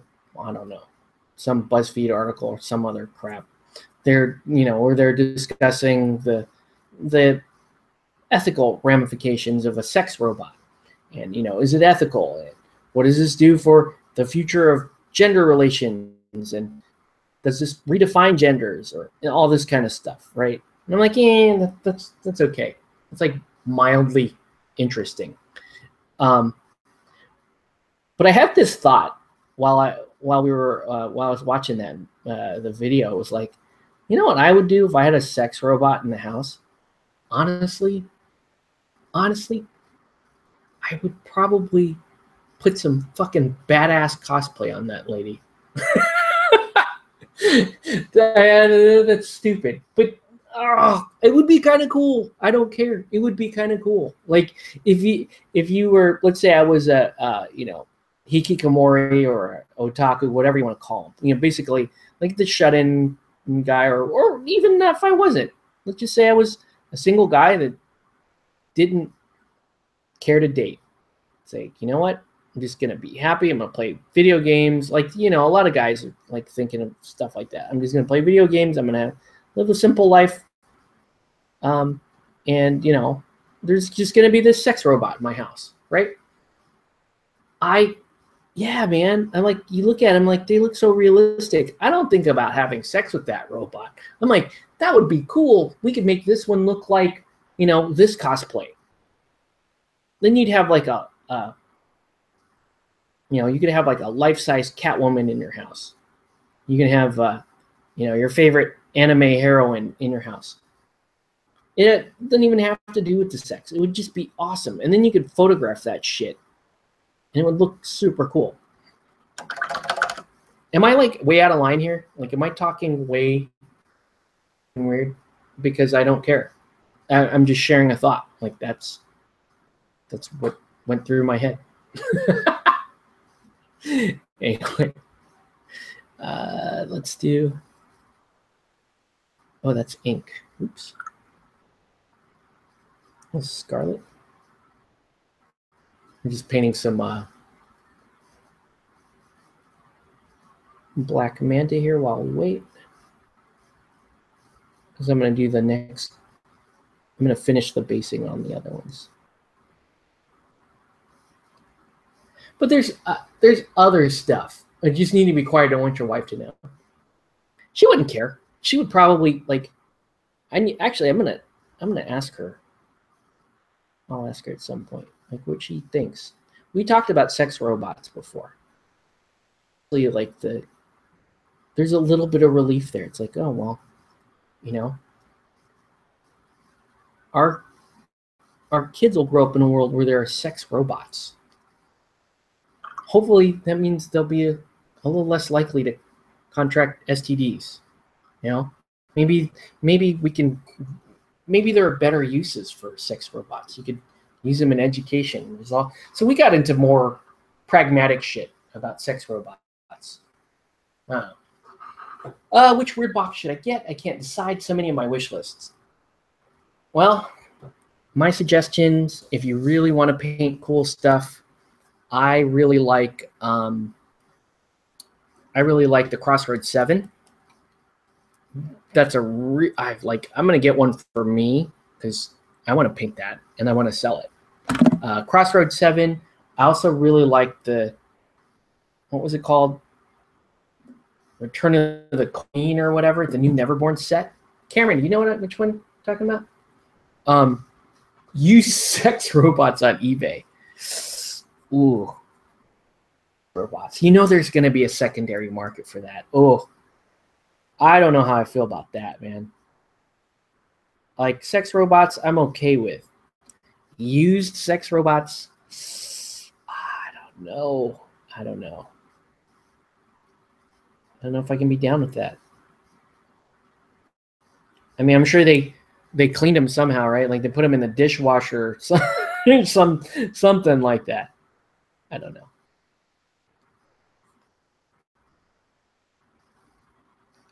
Used sex robots.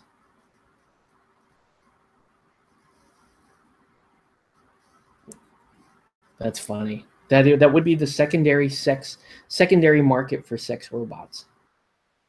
Then you'd have maybe what I'm describing would be like some shit that like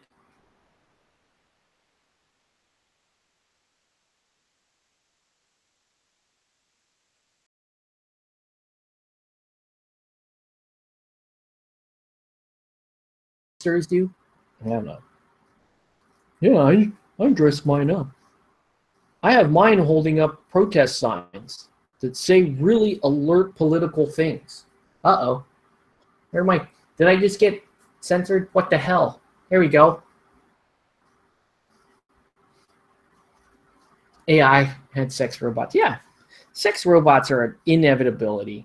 I remember being, I was in second grade when Blade Runner came out. And I knew that shit. It was like, oh yeah, there's going to be sex robots in my lifetime.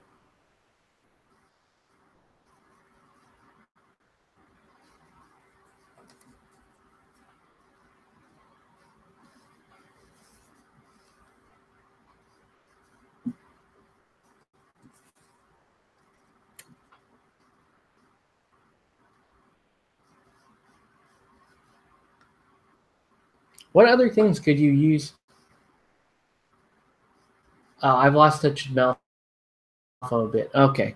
It was like the Return of the Queen or something like that. It's the new restart now. Do not restart now. There's not even an option to change this to I'm not restarting now. There's no thanks.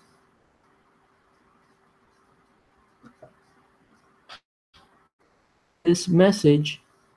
Uh-oh. Yeah, the box of Titania. Let's change the active hours.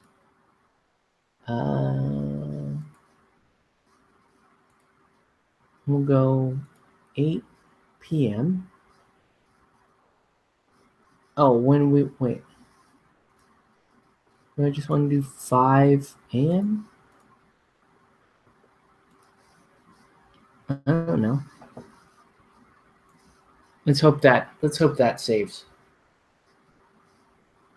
Yeah, the box with Titania is what I'm talking. That's an awesome set. I'd love to paint those minis. The Queen's Return. Okay, got it. Thanks, Tori. I really like that set. And then obviously one of my personal favorites, Smoke and Mirrors. Love that set. It's got my girl Colette in there, my favorite Malifaux crew of all time. So I actually want to paint another one. I should just sell the one I've got and then just turn around and paint another one for fun. It'll be a while though, because commissions are okay. I'm not exactly short on personal projects either before I do anything like that. It's not, I don't see myself, I got back into Malifaux recently and we played a little bit of again, a little bit of it again. But it's not the same thing. So my stay with Malifaux is not going to be, it's not like the hyper obsessive thing I've got going with Batman right now. It's very, it's just, I don't know. I guess it's more like, and Malifaux is more like the ex-wife that you just kind of come to accept. And you're like, you can still be friends with. That's kind of how I'm treating Malifaux. Still fun to paint. Love the aesthetic. The game is okay. I would, if I was really, really into Malifaux, I would be really, really into Malifaux. It's a very bandwidth-heavy game. +2, can't really buy anything from Weird around Gen Con is happening because, lol, Gen Cons, we have stuff to do here first. It's like, fuck off. Sorry, mini rant. No, dude, go for it. You have to deal with my rant. Do it. Yeah. Hey, what's up, Blade Wolf? Welcome to the feed. Yeah. No, I hear you there.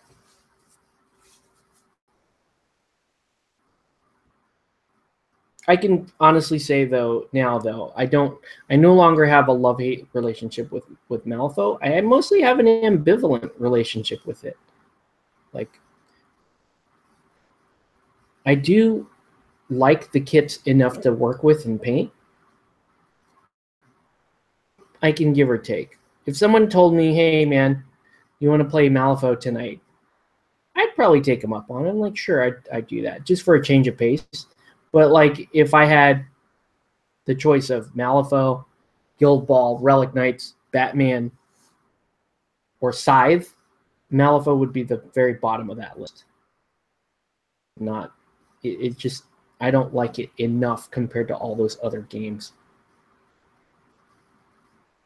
Dude, by the way, did you guys see that Ash on Guerrilla Miniatures Games did a freaking Anima Tactics battle report? Holy shit. Over that. That is awesome. Not that the game's coming back. I just thought it was super cool that that Ash would go back and cover a dead game like that. You know, it was one of my answers for the questions, July painting challenge questions was, you know, what was your favorite miniature range? And honestly, for metal, it's going to be Anima Tactics. It's going to be Cypher Studios. I loved their metal kits. They were the best overall range of metal models I've ever seen or worked with. And the most impressive part about that is that, you know, that range is, a lot of it's over 10 years old. Like, it's still better than the majority of stuff that's out now. Yeah, Anima's dead, and you know, and it makes me sad, but I don't know. Just always have a place in my heart for that game. It's a rad aesthetic. Love the Anima world setting. Oops, I need more brown.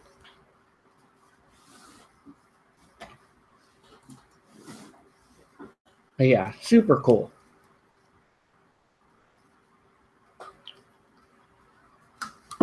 Speaking of which, I got to do my day 11 video, but I'll do that once I'm done painting the bases here.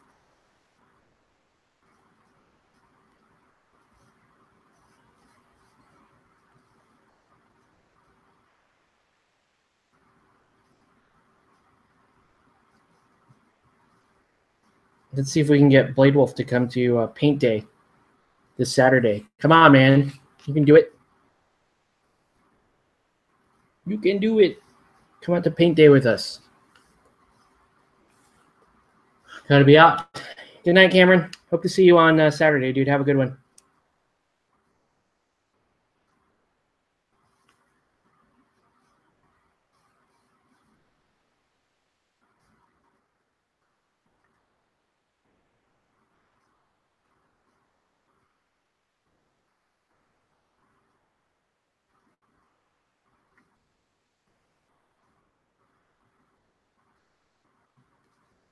Okay.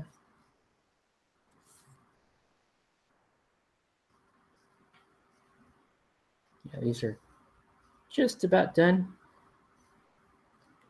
Looks like we're gonna finish 5 of these tonight. Not quite gonna finish Black Manta, but that's okay. I mean, if I wanted to stay up another half hour or so, probably would finish Black Manta. It's not that big a deal.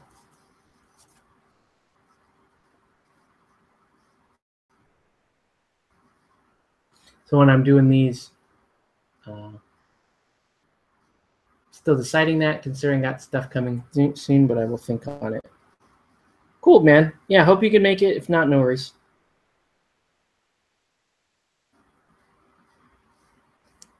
Would be cool to see, like,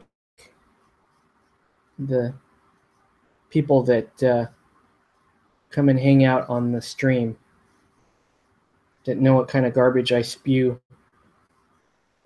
when it's just me and I'm not painting in public.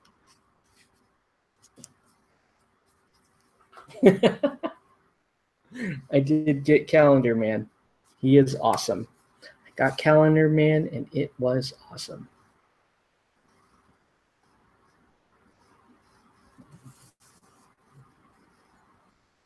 Not least is Harley Quinn. Really excited to field this 40 rep Harley Quinn. I think she's amazing. 40 rep for Acrobat, Strength 4, Disarray, Distract, Endurance 6, Willpower 6, 40 rep. It's crazy. 40 rep, 200 funding. And her gun has a crit stunned on it. Also amazing. I mean, you don't rely on it, but wow, what a bonus. Imagine hitting somebody with a 2-stun gun and being like, oh, well, by the way, can't use any action counters this turn. Holy crap, that's amazing. All right, so there's that. Okay, now let's do our little wash on these. I need brown and black ink. What color is that? What color is this? That's just black. I'm gonna make another blaze out here, I guess.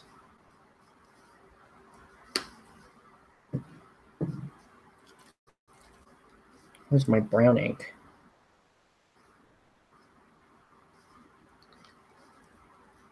Hey, what's up?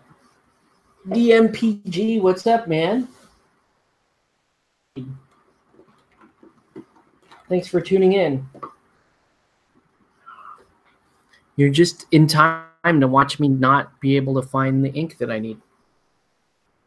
I know, this is riveting stuff.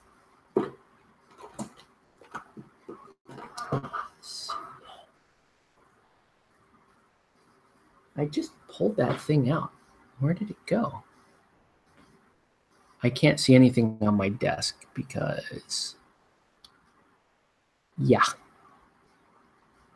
that's not cool. Why would I have stuck it back in? That's the question.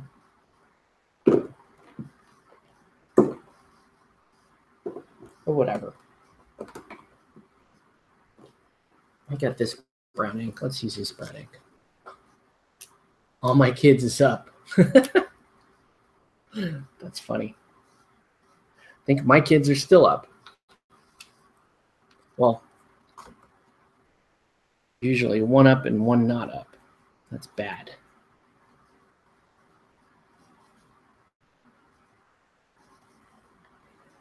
Now that is a weird color I just invented there, but it works. I just need an umber, essentially like an umber wash. Is it on the floor? Yeah, it could be. You heard like some of the paint and they just end up on the floor, and it's. Here's a weird thing. Looks like that P3 brown ink does not want to mix with my glaze medium. Weird. It keeps separating out. I wonder if there's well, I know the P3 inks they have a little bit of a surfactant in them.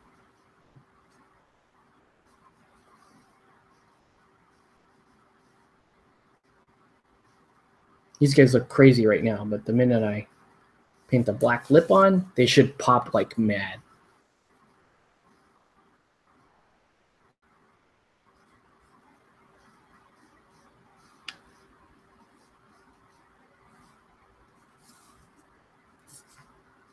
That's why I like my, there was that one question, what's your favorite technique or your favorite thing to do while painting? My favorite thing to do while painting is to paint that last lip.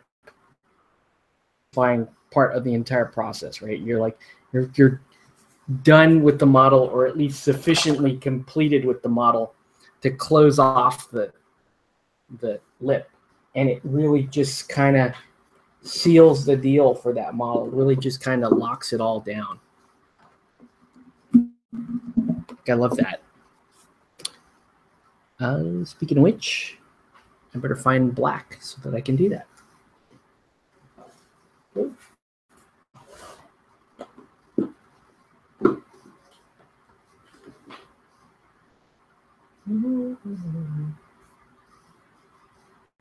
we go.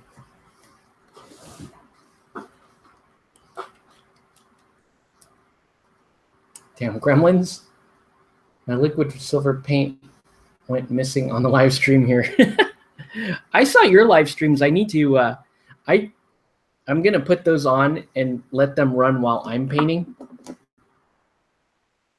I watched some of it while I was at work, and I was like, this isn't going to work. I keep getting interrupted. So I'm going to have to put those on the next time I'm painting, which is probably going to be tomorrow night, or maybe even, I might even get up early tomorrow morning and just finish 3 models here.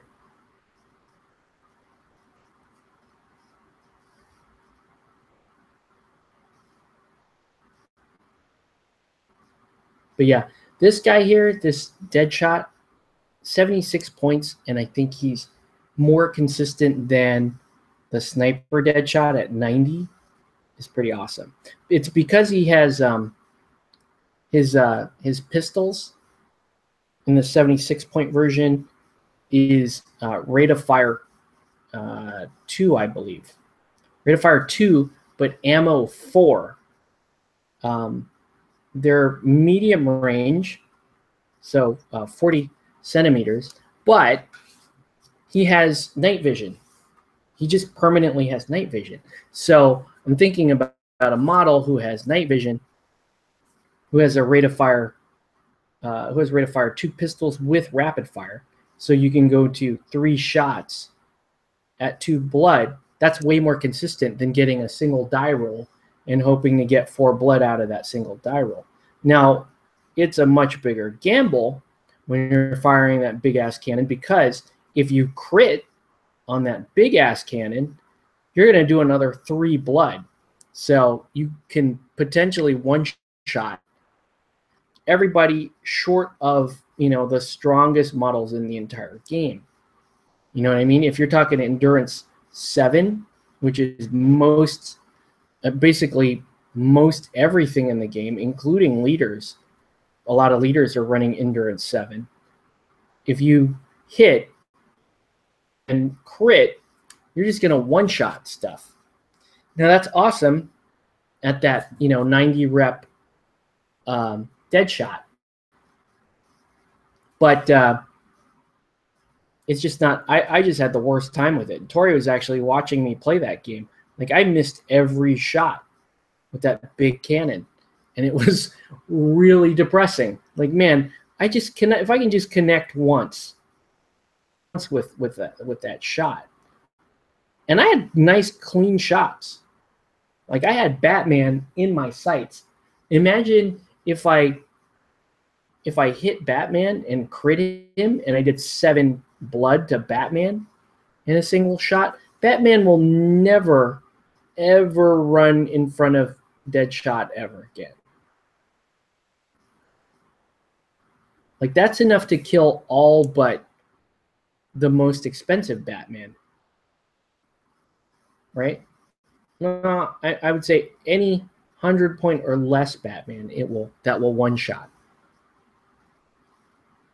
But anyways, so as impressive as that sounds, though, this 76-point guy is rocking rate of fire 2 with easy access to rate of fire 3 at 4 ammo and 2 blood damage. That's crazy good. Like, and super consistent. And with medium range and night vision, you don't really need to run him around the board. Unlike Willshot, who has these really awesome weapons, and he's got bullet time, and everybody goes nuts over that because you can consistently kill powerful stuff in the game with bullet time, but you only get to do that once per game. And I've screwed up my bullet time rules. So again, where I'd rather have a guy that can consistently put out, we'll just say 2 to 4 blood per turn at 40 centimeters. And he can do it for 4 turns. That's amazing. So you figure the first turn of the game, you're usually just trying to jockey for position anyway. And then the last turn of the game, you're often dead by that time. So what I'm saying is his 76-point dead shot is basically shooting the entire time he's on the board. So way more consistent. You see how that guy popped? Look at that. See how cool that's why painting this stupid black thing is so amazing.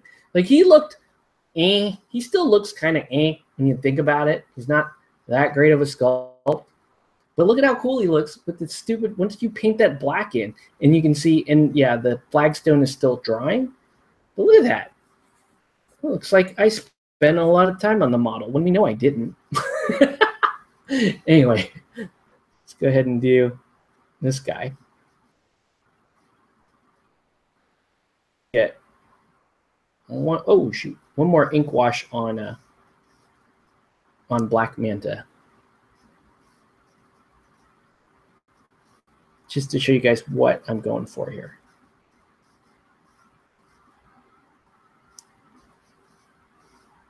Well, you see how he's like, look at that. He's already just me halfway across the base there. You're like, bam, it's like suddenly a model is appearing before your eyes. Oh my gosh, that's a model. I don't know why, but that is the coolest thing ever when you get to just paint. And suddenly,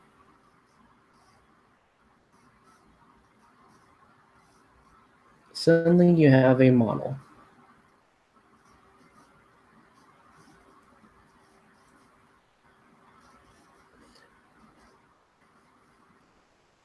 Dory, those were super bad rolls. They were. And, you know, I should have connected at least once. 3 shots hitting on 2s, no ping roll, and I rolled 1 each and every shot. What are the odds of that? Not great. Those aren't great odds of that actually happening, but we saw that it can happen. All right. So we'll give these guys a minute to dry. And then I'm going to show you guys Black Manta. So you can see Black Manta, he looks kind of blue right now. And so it's because I did that dark blue ink wash. So now what I'm going to do is I'm going to take, I can either take a black glaze, or in this case, I'm going to take a black ink glaze. And I'm going to start applying it in thin layers to the model to give it a much darker appearance. Okay, but you have to do this way. You're going to want to do a couple of layers. Like you don't want to just cake the thing on there and leave it. You want to do a couple thin layers.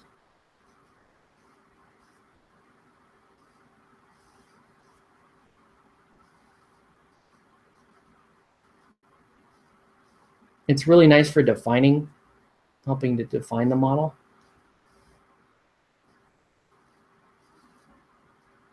But it, you know, the downside is it is waiting through several layers of glaze. And glaze stays open a long time, which is its advantage, because I'll show you what you can do here. I'm going to do a little black there. We're on the bottom, and then black there. Right?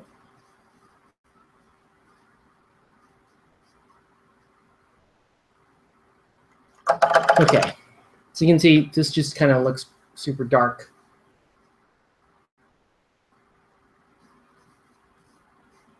What you can do is you take a damp brush, and then you actually highlight the model with just the damp brush. And what that does is that's going to pull that'll pull most of this tint away from the top edges of the model, and you're just dragging that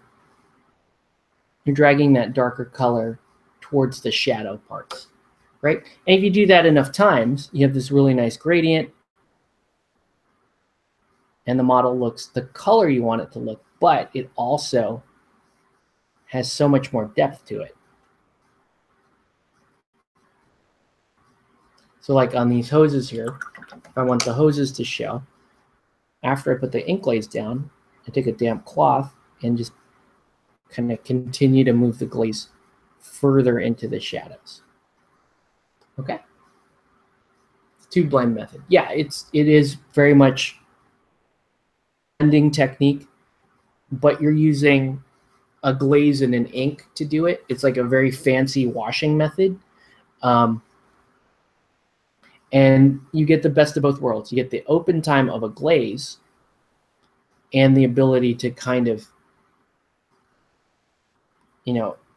do these really nice gradients, but you get the potency of an ink when you're doing it. So you get good color and you get good contrast. So anyways, that's how he's looking so far.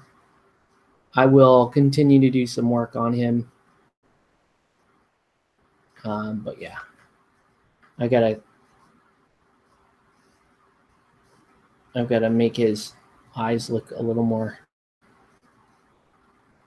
interesting.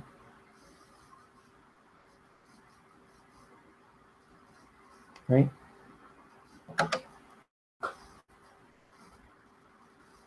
So just to give you an example, what you might do with the eyes. Yeah, I totally recommend trying it. It's really cool.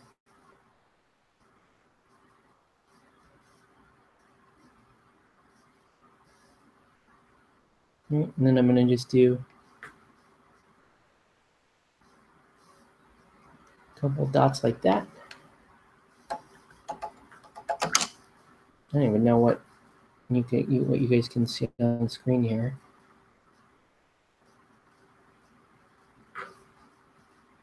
Okay. Anyway, yeah, he's looking pretty cool. I'll finish him in the very near future. But anyways, it's pretty late. I'll show you guys the models one more time. Then I'm going to do my day 11 challenge. Oh, do you guys know what tech you would pick? I already got my answer. So here's Harley. Super excited to field her. It's going to be so much fun. Harley and Deadshot. He's going to end up on, these two are going to end up on my Secret Six squad. Then we got the two League of Shadows ninjas. I mean, they could be better, but I don't know. They're okay. These guys aren't going to see much action, honestly, but they look cool. And then finally, I think Calendar Man came out really well. I think Calendar Man is just awesome. Just love this guy. Anyway, I'm going to finish Black Manta, and then I'm going to move on to the two lovely ladies, Copperhead, and finally Killer Frost. Okay, so anyways, love me some Will Smith. So anyways, that's going to do it for this video.